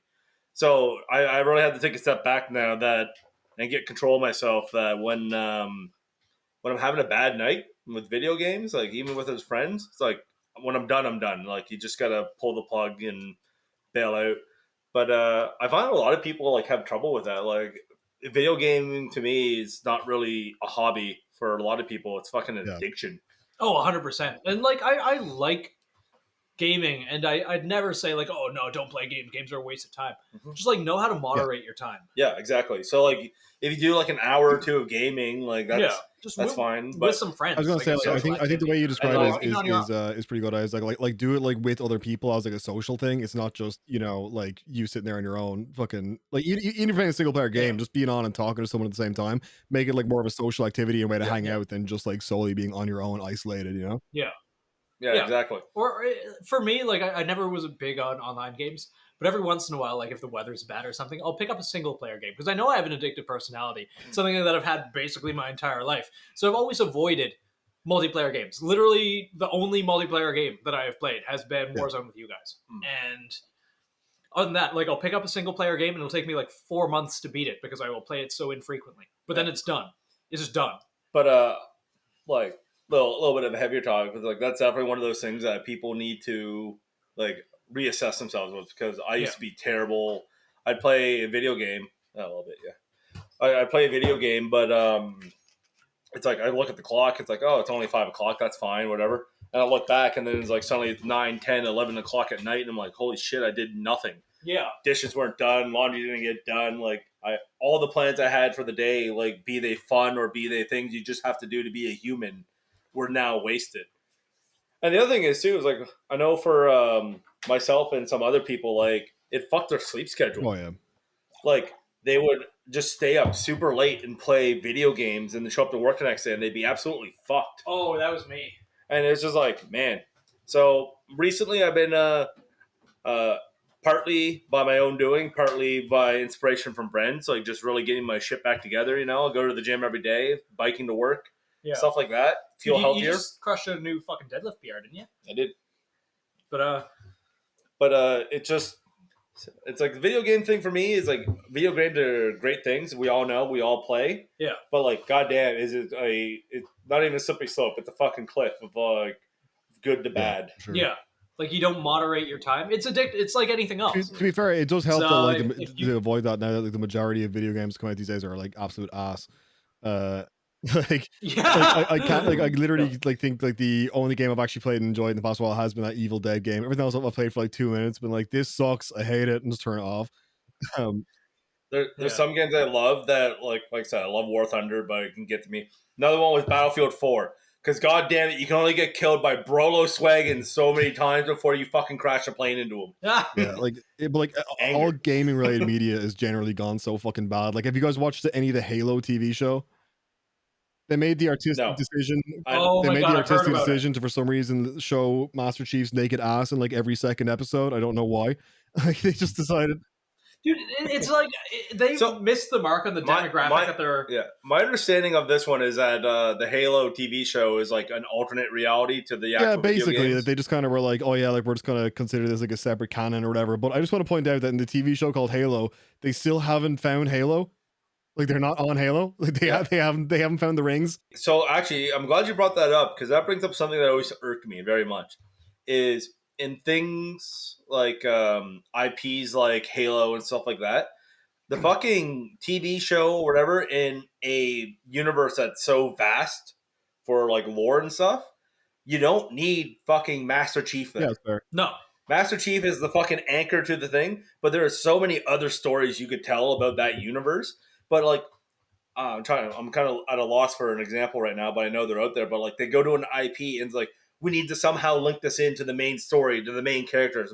Like, no, man, you got Star Wars. That's the one. Yeah. Like, Star Wars is fucking huge. Why? Why did you have to like bring the trilogy or the sequel trilogy back to Skywalker? Like, they had a good ending, that was fine. Go somewhere else in the fucking galaxy and like look at those troubles. Dude, it's entirely banking on nostalgia because, like most modern media these days, relies on banking on nostalgia to distract people from how fucking shitty the world's become. like fuck you, nostalgia could be an X-Wing, man. I could watch fucking X-Wings blow up TIE fighters all fucking day. I don't care. Fight me. Yeah. By the way, the Y-Wing is a superior fighter, and I will fight anyone over that. Come at me in the comments. Yeah, fucking. You see, the latest thing now, as it says, all nostalgia bait. It's all just like bringing back like people like, I know that guy. That's the guy I know.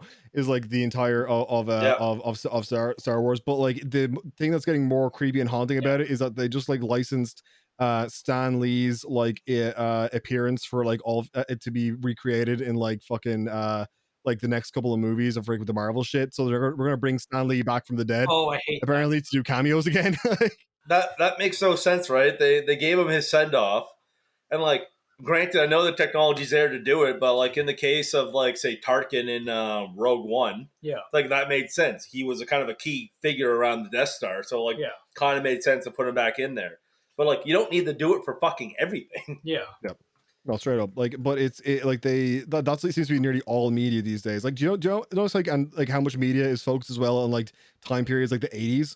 And it's because that's like nostalgic for like the fucking like 20 plus generation who like just wants to go back to when things were not absolutely dog shit.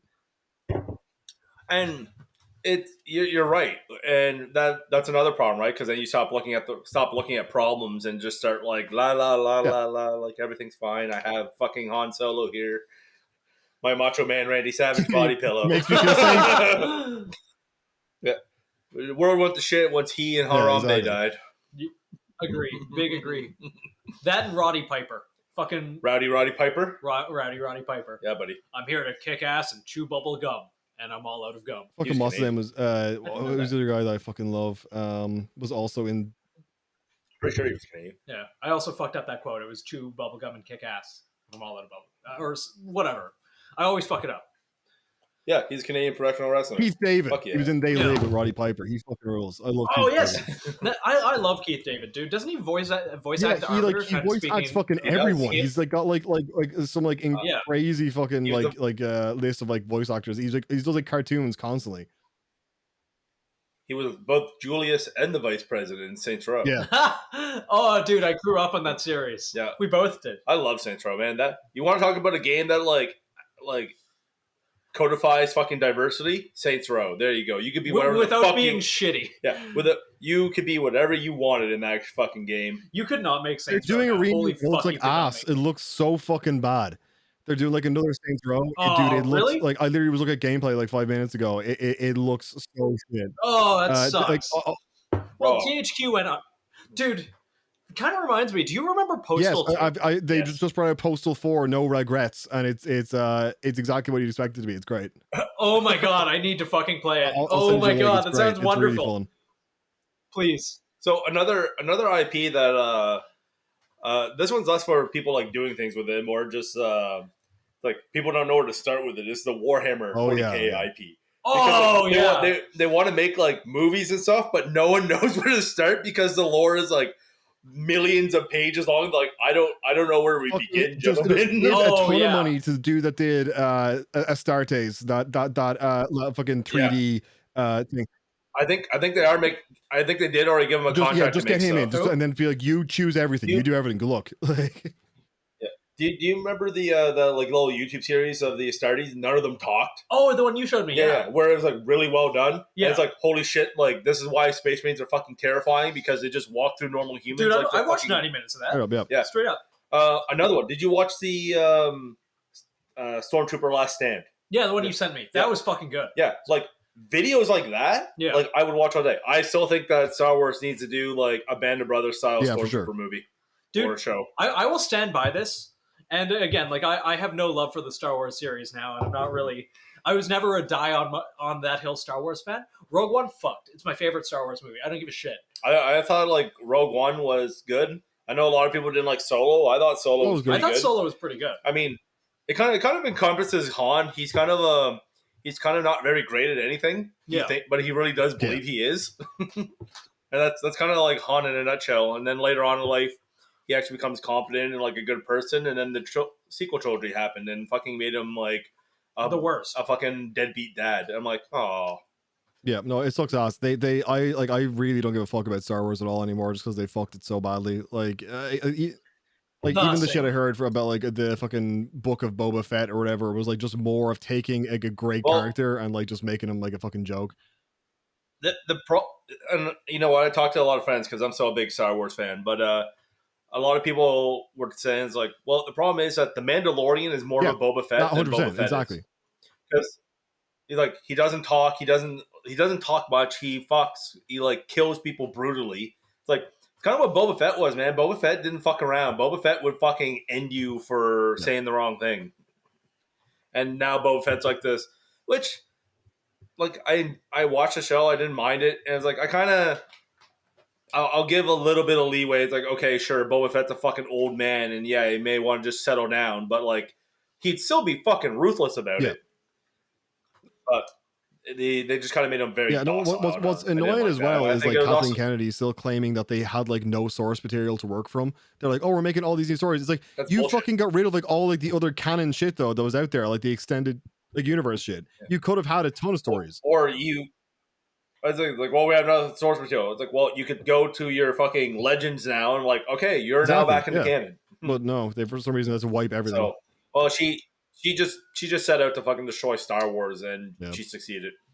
Yeah, I think there was like clearly like an attempt to like just like completely like obviously I mean Star Wars really has always been made to sell toys, you know, but like there was definitely like consume this but there was definitely like but the thing is that George Lucas still actually gave a shit, and probably too much to the point where he was like, you know, giving hour-long lectures on like trade embargoes and shit, and you were like, no one cares about this, but like George did, so that's like he means he fucking cared about the IP, whereas Disney, I would take those I would take those fucking hour-long trade embargo lectures over what we got. Yeah.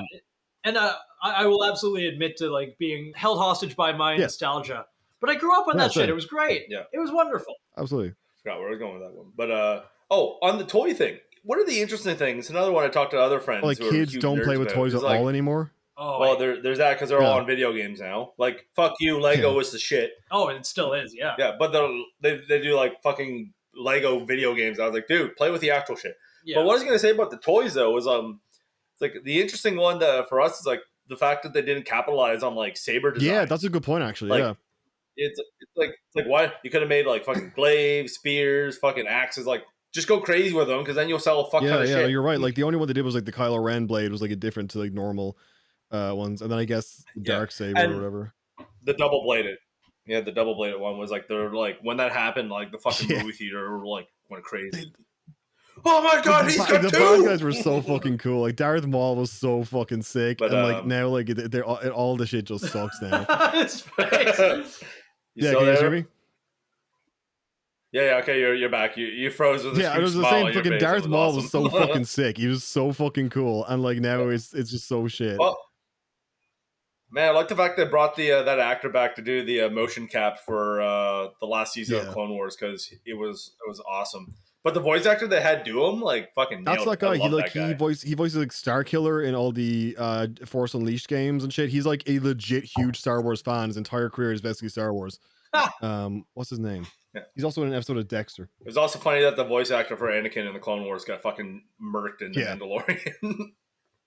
It's like Sam Witwer, that's his name. He does like fucking everything. Like he does a ton of Star Wars voices. It's crazy. Though that being said, a lot of the times like the movies will throw in references to the Clone Wars that a lot of people or like the Rebels that if you haven't watched the series you'd never get. And it's like that's kind of that's unfortunate. I'm very excited. This is just right again, like general media, for fucking the god of cinema, Tom Cruise, to release Top Gun. I think it's going to be incredible. Apparently, that movie's been done for 4 years. They've just been waiting. Yeah, on the like release. so, like Tom Cruise is like one of these like diehards about shit has to be released in theaters. Apparently, he wears disguises and goes to see every film that's released in theater, which makes it very funny to imagine Tom Cruise in a fake mustache watching Morbius. But he apparently goes to like every single movie is out. It's like he loves like the theater experience and all this shit. So he was like, yeah, no, we're 100% fucking it's coming out in theaters. I'm curious for you, Nathan, if you guys ever have like a naval fighter pilot on from the US, if you ever find someone that did that. Because I know when the first Top Gun came out, the like recruitment for naval aviators went up like 4,000%. So I'm like wondering if that's going to happen again, where like this will come out and like aviators in the United States will just fucking skyrocket. I don't know. Movies don't have the same kind of like cultural impact now that they used to. Well, that's why I'm curious, right? I'm curious because it's less about the like cultural impact, more of like people see fucking jets doing cool things and just like I want to do this. So I'm kind of curious if the impact will be the same or if this general kind of like apathy towards federal service is just waiting. I think there was also I think years back as well there was less information in general relating to the inner workings of the military and like other sort of shit. So it had a certain mystique about it. Like no one knew like how like these like how the planes were made or how they flew like and all sort of shit, whatever. And like now like then Top Gun came out, everyone's like this shit's cool as fuck. This is so sick. And like now it's like you can like Google like about like you can watch a 2-hour YouTube video on how exactly this shit works, the different maneuvers they do, the fucking like all the stuff. And there's like a level of like what would you call it, like a lack of magic around it, a lack of mystery, more so it's just laid bare. It's like very analytical now with that sort of shit. So like it also means they can't get away with as much cool shit because people would be like, oh, you couldn't do that's not realistic. Whereas back then they were doing fucking like loop the loops and shit and thing, and it was like everyone's just like, hey, this rules, don't give a shit. And the practical stuff they did for Top Gun, I remember reading an article about one of the aviators that helped like fly and do the stunts for the movie. They're saying that like the close by passes the fighters are doing, it's like super uncomfortable for the pilots because like we never pass this close, like but it's like because they were well trained and they planned it all out, like it was fine, but they're like super uncomfortable with everything that's happening right now. It's interesting how, remember that period of time, and I don't know if it still happens quite as much, but the US military would fund so many movies to use as recruiting tools. Battle LA. Transformers, Iron Man. Battleship. Iron Man was funded by yeah. the U.S. military. Yeah. Yep. No, Iron Man, fucking Independence Day, both They of them. work. Um, I wanted to join. they I don't even from the fucking country. I absolutely was like, fucking, let's go. Gonna fuck up some aliens. yeah. They haven't been doing that quite as much recently, but I feel like there's a lot of reasons for that. There's no movie stars anymore either. Like the last ones, like Tom Cruise is the last one. There's no like movie star. There's no one that you will be like, this dude is like whatever he's in. I'll go see this because it's a this guy's movie. It's like I'm going to see this film because it's a Tom Cruise movie. Like, and it's because like all the guys now are like super fucking sanitized and like fucking do exactly what they're told by executives. And like a good example is like when they were shooting Point Break. They wanted to do like the skydiving scenes for real, and the studio was like, "No, you're gonna fucking die. We're not putting like Keanu Reeves and Patrick Swayze like on a plane. Fuck off. We'll do it like in front of like a fucking like a big fan and a fucking like blue screen or whatever." And then Swayze just booked a fucking skydiving thing and brought the fucking cinematographer with them and was like, "We're shooting this shot. Let's go." And just like actually jumped out of a fucking plane. Dude, I fucking like, love Swayze's a fucking badass movie star. He's like, we're making this fucking movie. It's gonna be sick. But like in comparison now, it's just like they just do whatever they're told. They don't want to mess up the whole process or whatever. Like the only one left that's doing shit that's like actually doing shit is like Tom Cruise. There's like no one fucking else.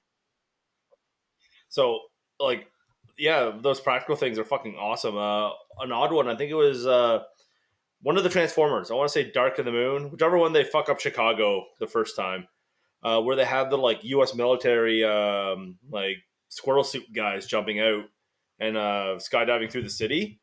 Like they actually did that in Chicago, and like they were a professional base jumper group. Holy and they shit. actually like planned their route through the city, and they're like, well, if we fucking miss our turn, we're landing in traffic, so we're going to die. Yeah, so just like plan rules, though. I love that shit. Yeah. That's great. Like I want Yeah.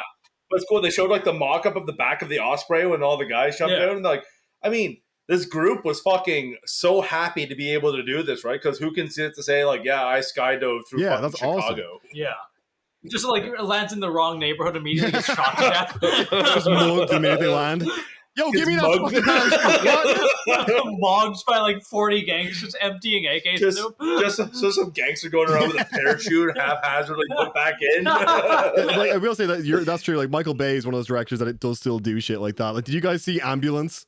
Oh, dude, it's so bad. It's good. It's amazing. Like, it's just Michael Bay doing like badass shit for like a solid hour and a half. Like he hired these like professional drone racers to like fly those like super fast drones around the place, and like he had them like flying by the actors and shit. Jake Gyllenhaal was like the first time it happened, I fucking like hit the deck. Like, what the fuck is that? Fucking zzz, right by his fucking head. But like he got these like super cool shots. Like it just looks so fucking good.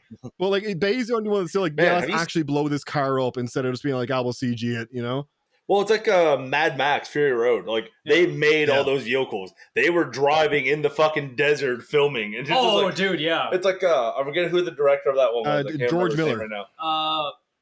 George Miller, and like fucking Tom Hardy's son or child was like, what happens if he falls off because they're doing the big like pendulum things? Yeah, and he was just like, well, he'll probably fall and go under the wheels of the fucking truck. Yeah, and he just like. Hey, whatever. Be sick. Get some cool shots out of it. Oh, man. But like you can tell the practical effects are so much better, and the fact that they built all those vehicles, it's like that's fucking awesome, dude. No. Like movies like that aren't made in. Did either of you see that fucking piece of shit? What was it? Moonfall. You mean the best film ever made? Yeah, it was great. The best film ever made after Morbius. Yeah, after Morbius, this is my new thing. Is I convince myself that like these dog shit films are like peak cinema. Like, but, it's the only way to be happy. Yeah, I'm just like slowly MK Ultraing myself at nighttime, like playing like these movies on a loop in my fucking earbuds. But popcorn is Soylent Green. Yeah, just like mainlining fucking just like SSRIs while you watch them to just like create that fucking happy chemicals. Doing LSD and forcing myself to watch like fucking Moonrise Kingdom again or some shit. Like like Moonfall was fucking great. I like it's once again it's just a Roland Emmerich film. It's like let's just like basically half the film is a blender simulator of like cities exploding and shit. And like that's most of it. It's made on a laptop and it's great. I'm just gonna venture out here. Is Moonfall about the moon falling? Yes. Yep. It's just literally about the moon falling into Earth. It's like Hollow Earth theory is real. All the planets are like actually like hollow, and there's like fucking whole ecosystems inside them and shit. And like the fucking moon starts falling out of orbit because some like AI fucking demon is like coming out of it or something for some reason. And like the half the planet starts exploding. There's like a scene at the start, right? And the scene features Patrick Wilson, Halle Berry, and unnamed black extra number 32 in space. And I was like, well, that guy's going to die immediately. Like he's got less than a minute of screen time. And like he promptly, like they're fixing a satellite or some shit and they're like joking around. And then he just gets murked by this fucking like bladed demon thing that flies by. And they're like, Jimmy! And like the rest of the movie then, I was like literally dude gets like a minute of like being on screen. And of course then I know that like Patrick Wilson and Halle Berry are going to be fine. They're like back on Earth, like talking about this fucking like AI thing or whatever. It's just the dumbest fucking movie. You got like Sam from Game of Thrones like running about the place trying to like tell people that the fucking end of the world is coming, and like no one just listens to him. And it seems like they don't listen to him solely because like he's fat, because like he's actually like a fucking like backed researcher with like a PhD or some shit. But they're like, yeah, but you're kind of fucking nerdy looking, so fuck off, bozo. And he's like, no, we're all gonna die. I got all the science, I got like all this fucking like the maths to prove it. And they're like, yeah, but you fucking pedophile, so no, I don't want to listen to you. And like that's like most of the movie. And like it's the dumbest fucking thing I've ever seen in my entire life. But like the best part in it is when like they're in like this like spaceship and they're like trying to like survive like final explosion or whatever. And the whole movie, fucking Sam from Game of Thrones is talking about how much he loves Elon Musk and how his Tesla has a thing called ludicrous mode. And then he realizes on the spaceship that there's like a turbo booster button that he looks at and he's like, ludicrous mode, and hits it, and the fucking thing flies away, and he's like, thank you, Elon. And that's in the fucking movie. And I was like, what is this? What's happening? Well, it's great. I love shit movies so much. Like I haven't watched this now. Same. I think it's on fucking Bezos' platform. Jenny, just get drunk as shit, get a bunch of White Claws, and just watch it. You will have the best time of your fucking life. Like nothing that happens makes any sense. There's also like some incredible, like very clear stuntman moments. Like there's a scene where like the place is flooding because every Roland Emmerich movie has to have the place flooding at some point because like the tide is coming in because the moon's out of orbit and all this shit. And they're like, Sam, no, get away from the door. And like water comes rushing in, and he like gets like a close-up shot of him going like, oh no, and like and it cuts like 150-pound stuntman is getting decimated by water, like going flying away. it's just so obviously not him. It's great. What was that movie that was like fucking Jaws, but it was all alligators, and they're just the most like aggressive fucking things in the world? Crawl. I love that.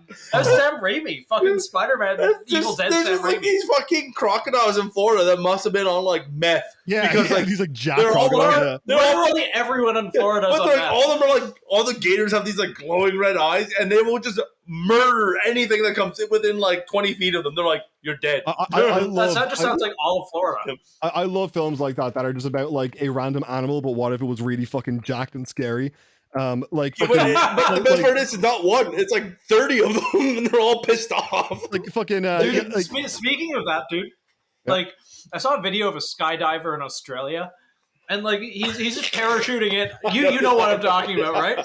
He's about to hit the ground, and just like a kangaroo runs out of nowhere, and just like kicks the shit out of him. He hasn't even landed and it's fucking beating him.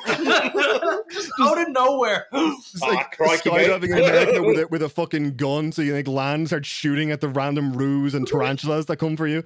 Like, what was that? Like fucking someone took a photo from Skyrim of like the frostbite spiders. It's like Australian kid going to school, like 1928, colorized. But I love those movies. Like, in Australia, there's like Anaconda. There's no guns in Australia. You can't fight off the big spiders. Do you ever see the film 8-Legged Freaks?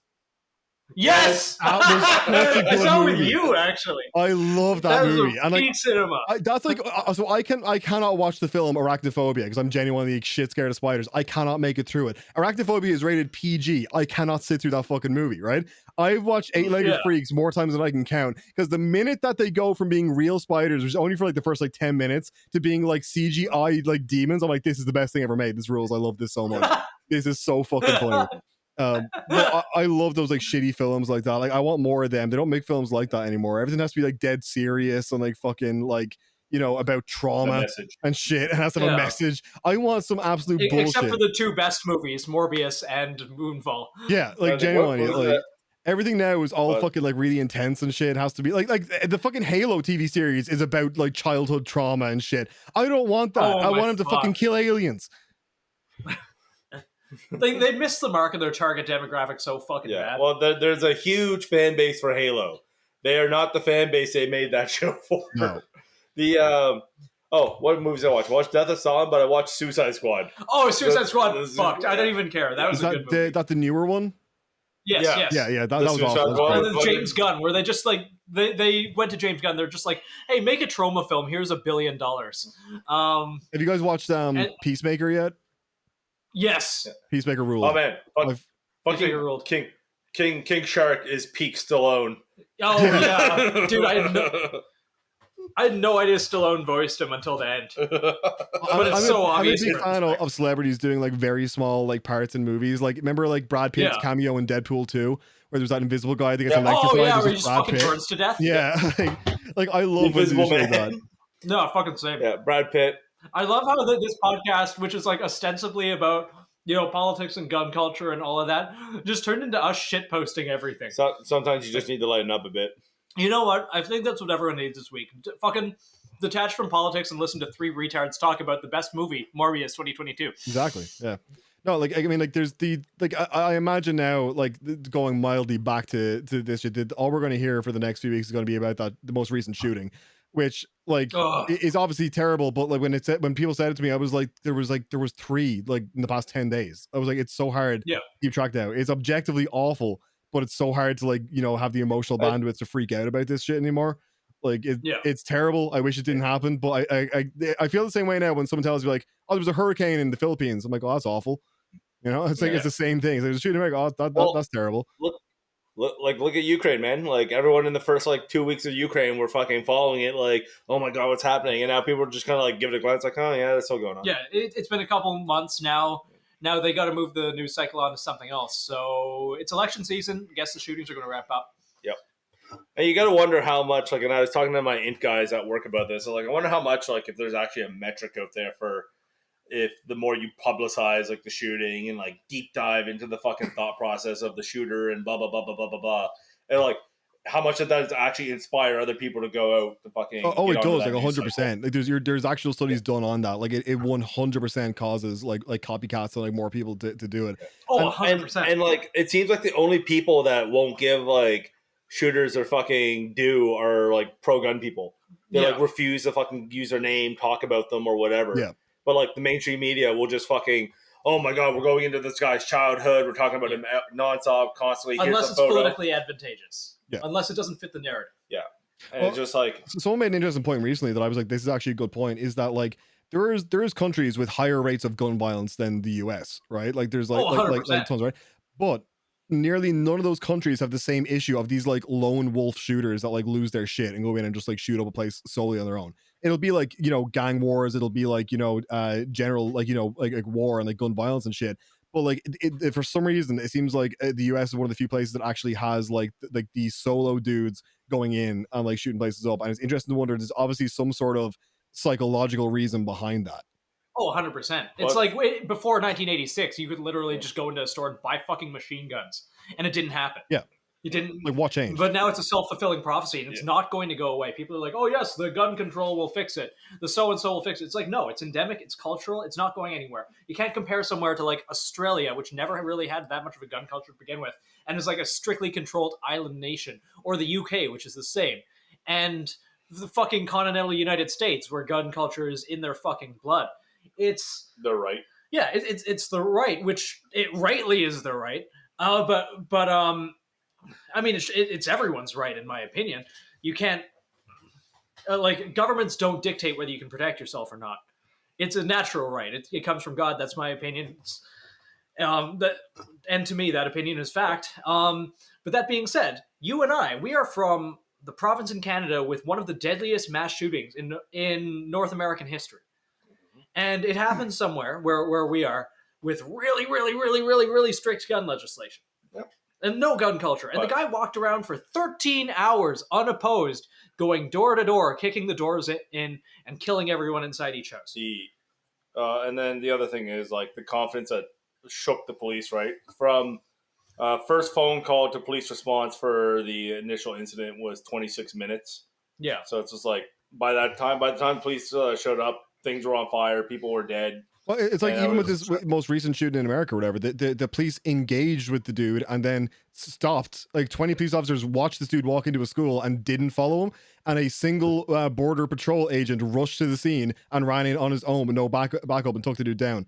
Which I like to imagine because he just thought it was a Mexican, didn't know anything about the shooting. But like the difference. I mean, he was. What was his name again? No, we shouldn't talk about it. No, but he was. But afterwards, they're like, "You got him. He got the shooter." He's like, "Shooter."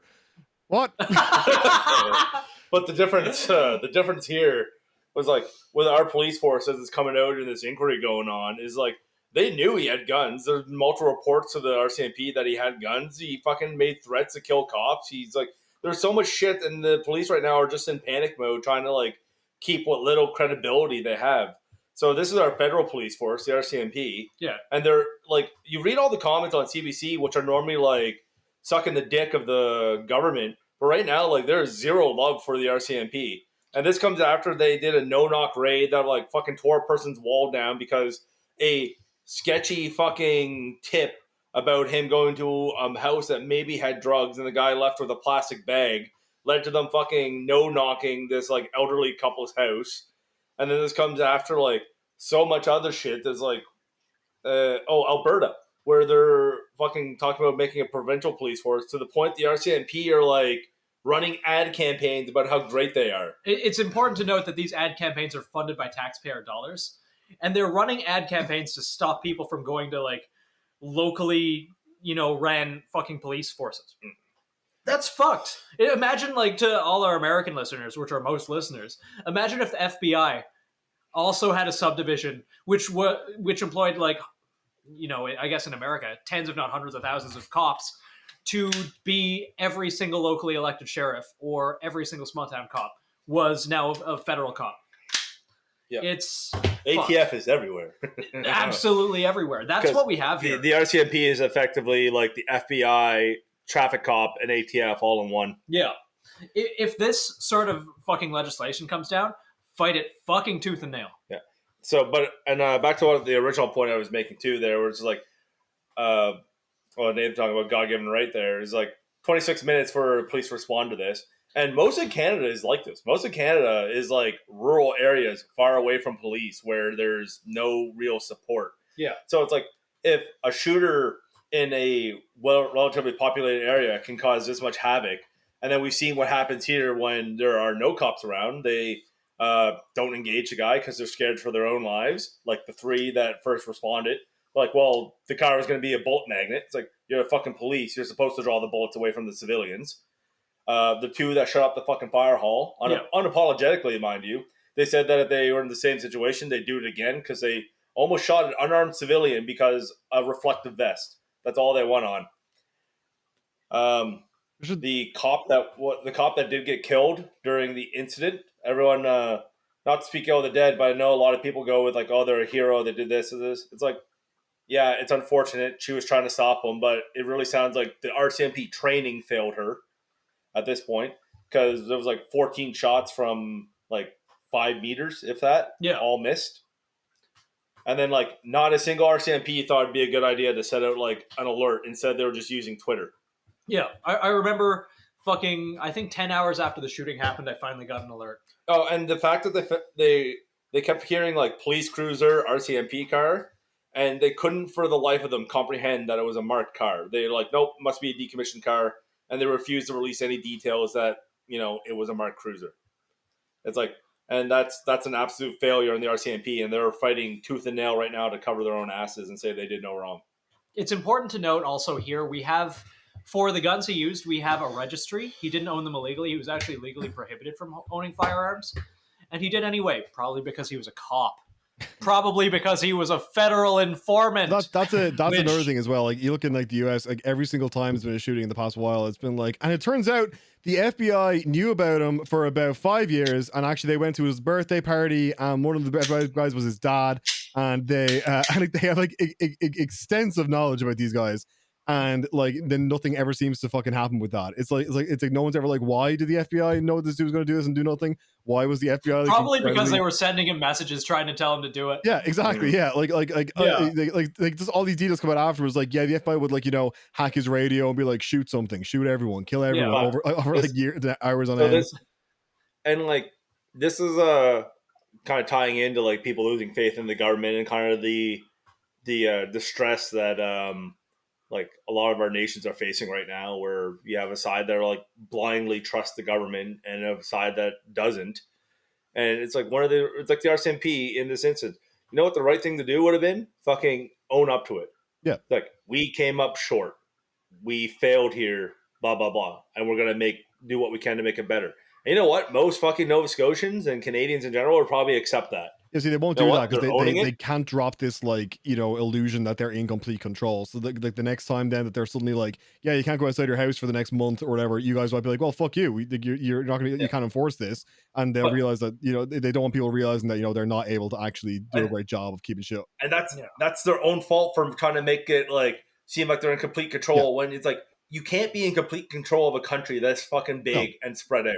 Absolutely. And so like, if you took the human approach to it and being like, it's like, we're not perfect, and like, we are sorry this happened, and we are sorry we came up short, and we're sorry that we tried to kill a civilian because he was wearing a high-vis vest and missed. Well, fun fact, the guy who got shot at wants to talk to the officers to ask how they missed him. Yeah. Because I guess that guy's a Giga Chad. But point being, it's like, if they would just fucking be like, we need to do better and this is our fault. Yeah. It's like, people would respond positively to that. Yeah, this is a tragedy. This happened. The helicopter crash. Yeah. If the government would have came out, we need to investigate, find out why this is happening. It's like, blah, blah, blah. Instead of jumping immediately to the helicopter platform's fine. Yeah. It's like, well, there's 6 fucking dead people that say otherwise. So, well, I think that's the problem with basically every level of government, because it is basically in the playbook saying you can never take responsibility or apologize for anything. Yeah. My mind jumps to, for example, like House of Commons, and no one ever watches these things, and I can't blame them because, you know, like, it's a waste of time. It's a waste of fucking time. But like, and I stand by the fact, if anyone actually watched C-SPAN or whatever, and you know, if everyone was forced to watch it for half an hour, there would be fucking riots. There would be fucking riots. Seeing these elected officials like banter back and forth and be children and lie and fucking deflect. It's insane. I saw a short clip from, you know, just the House of Commons, and someone like, politician, fucking journalist, whatever, was asking one of the I believe he was the housing minister, like, hey, houses are really expensive, why? And the housing minister would reply with nothing except, well, you know, employment's really good right now, why is housing so expensive? Well, you know, we're trying to make things more affordable for all Canadians, but why is housing more expensive? Well, you know, our economy's doing very good. And they just deflect, and that's the playbook. No one ever takes responsibility for the shortcomings. Well, and, you know, this is also partially the media's fault, right? Because the media will, instead of, you know, just telling the story as it's being told, they have to have their angle on it, and they have to put in their own prejudice and shape it into a sensational story rather than, yeah, they fucked up here, they're going to make it better. Oh, homie, fucking, we live in a worrying blend of entertainment and information, and it is far leading towards entertainment. One thing I love absolutely is the NDP, right? Where they're like, "Oh, we're the party of principles and this and that." Yeah, I'm like, no, you're not. And you're not. So they created a what's it called, an alliance, a coalition government. Coalition government with the Liberal Party, because they were. And they don't want to vote against the Liberals for anything because they cannot afford another election, which means they don't give a fuck about their principles. Oh yeah, yeah. Dude, it's like, if you stood by your principles, then like you would vote the way your voters want you to vote. Yeah. Like that's what being the leader of a party is. No, in his case, like, can't afford another election, ergo, for my own survival, I'm going to stick with this guy. I'm like, fucking no one in that fucking place has any sense of, like, honor or decency. Dude, they're politicians. I like, it's one of those things where certain jobs attract certain personality types. Yeah. And those personality types are generally, like, who is attracted to positions of power? Psychopaths. Exactly. People who should not be trusted with power. And this is true all over the world. It's like the rate of antisocial personality disorder in, like, CEOs, cops, doctors, like people with ostensibly positions of authority. The rates are far higher than that of the average, like, general population. Well, why is that? I well, wonder. here's even better in Canada. So to be in the federal House of Government, you have to be bilingual. So if you actually look at the people who are truly bilingual in this government, then you'll actually find that, like, in this populace, you'll find that it's actually a very narrow group of people. They're usually upper middle class. Typically centered from Ontario and Quebec. Yep. Who run Canada. Yep. It's self-perpetuating. It's the same thing with, like, academia reinforcing the need for academia. It is a system designed entirely to perpetuate itself with the sort of people they want to perpetuate themselves with. It's fucked. So, and, like, another example of our government being kind of shitheads. So the Quebec government is kind of like rogue. They kind of just do whatever the fuck they want, and all the federal governments are afraid to do anything because Quebec's such a huge voting force. But, like, they pass a law where, like, thou shalt not wear religious symbols in public if you're in a government job.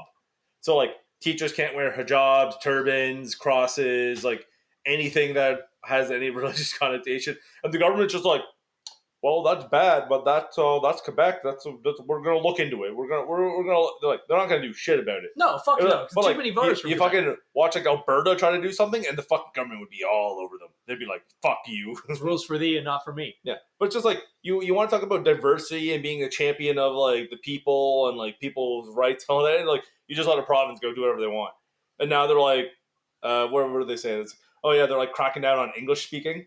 They're like, really, like, medical care has to be given in French and, like, all this other stuff, like limiting how many kids can go to English schools and all this other crap. And the government's just like, well, we're gonna look into it. all options are on the table. I'm like, man. And the only reason why they're giving this one, like, a little bit more, like, attention is because the Indigenous population's upset because they don't speak French, and they're very sensitive about healthcare with the Indigenous, so they're just like, shit. Yeah, they actually have to do something. Yeah. Now. That was heavy. Yeah. Garrett? I know absolutely nothing about Canadian politics. So that sounds about right. Dude, yeah. Sorry, BR. Yeah, sorry for the tangent there. Anyways, guys, we are approaching the 2-hour mark. We're actually over it. So before we go down another long rant, because I know our producer's going on vacation tomorrow, he asked me to cap this at a firm 2 hours, and we're already over like, that. Once you edit out, like, all the racism and offensive shit, we'll be at like 30 minutes. So absolutely not. I'm going to ask him to duplicate it and put it at the beginning and the end. I'm going to ask both of you an important question. Mm-hmm. I want from you first, Garrett, and then you, Isaac. I want some dad advice. Go. From me first? Yes. Kill yourself now. It only gets worse. God damn. No, I don't know. By dad advice, do you just mean, like, advice for, like, everyone in general? Like, yeah, just like advice you'd give as a dad. Pay very close attention to the price of Buffalo Wild Wings. Because as long as you can still go to Buffalo Wild Wings and get blasted out of your fucking mind for like $25, then the world's not nearing collapse. But the minute you can't do that, you're as soon as it hits $26, yeah, go and burn down your local elected the minute government. the minute that happens, it just, like, immediately start prepping. It's like start, like, get your fucking, like, armor on, get the guns.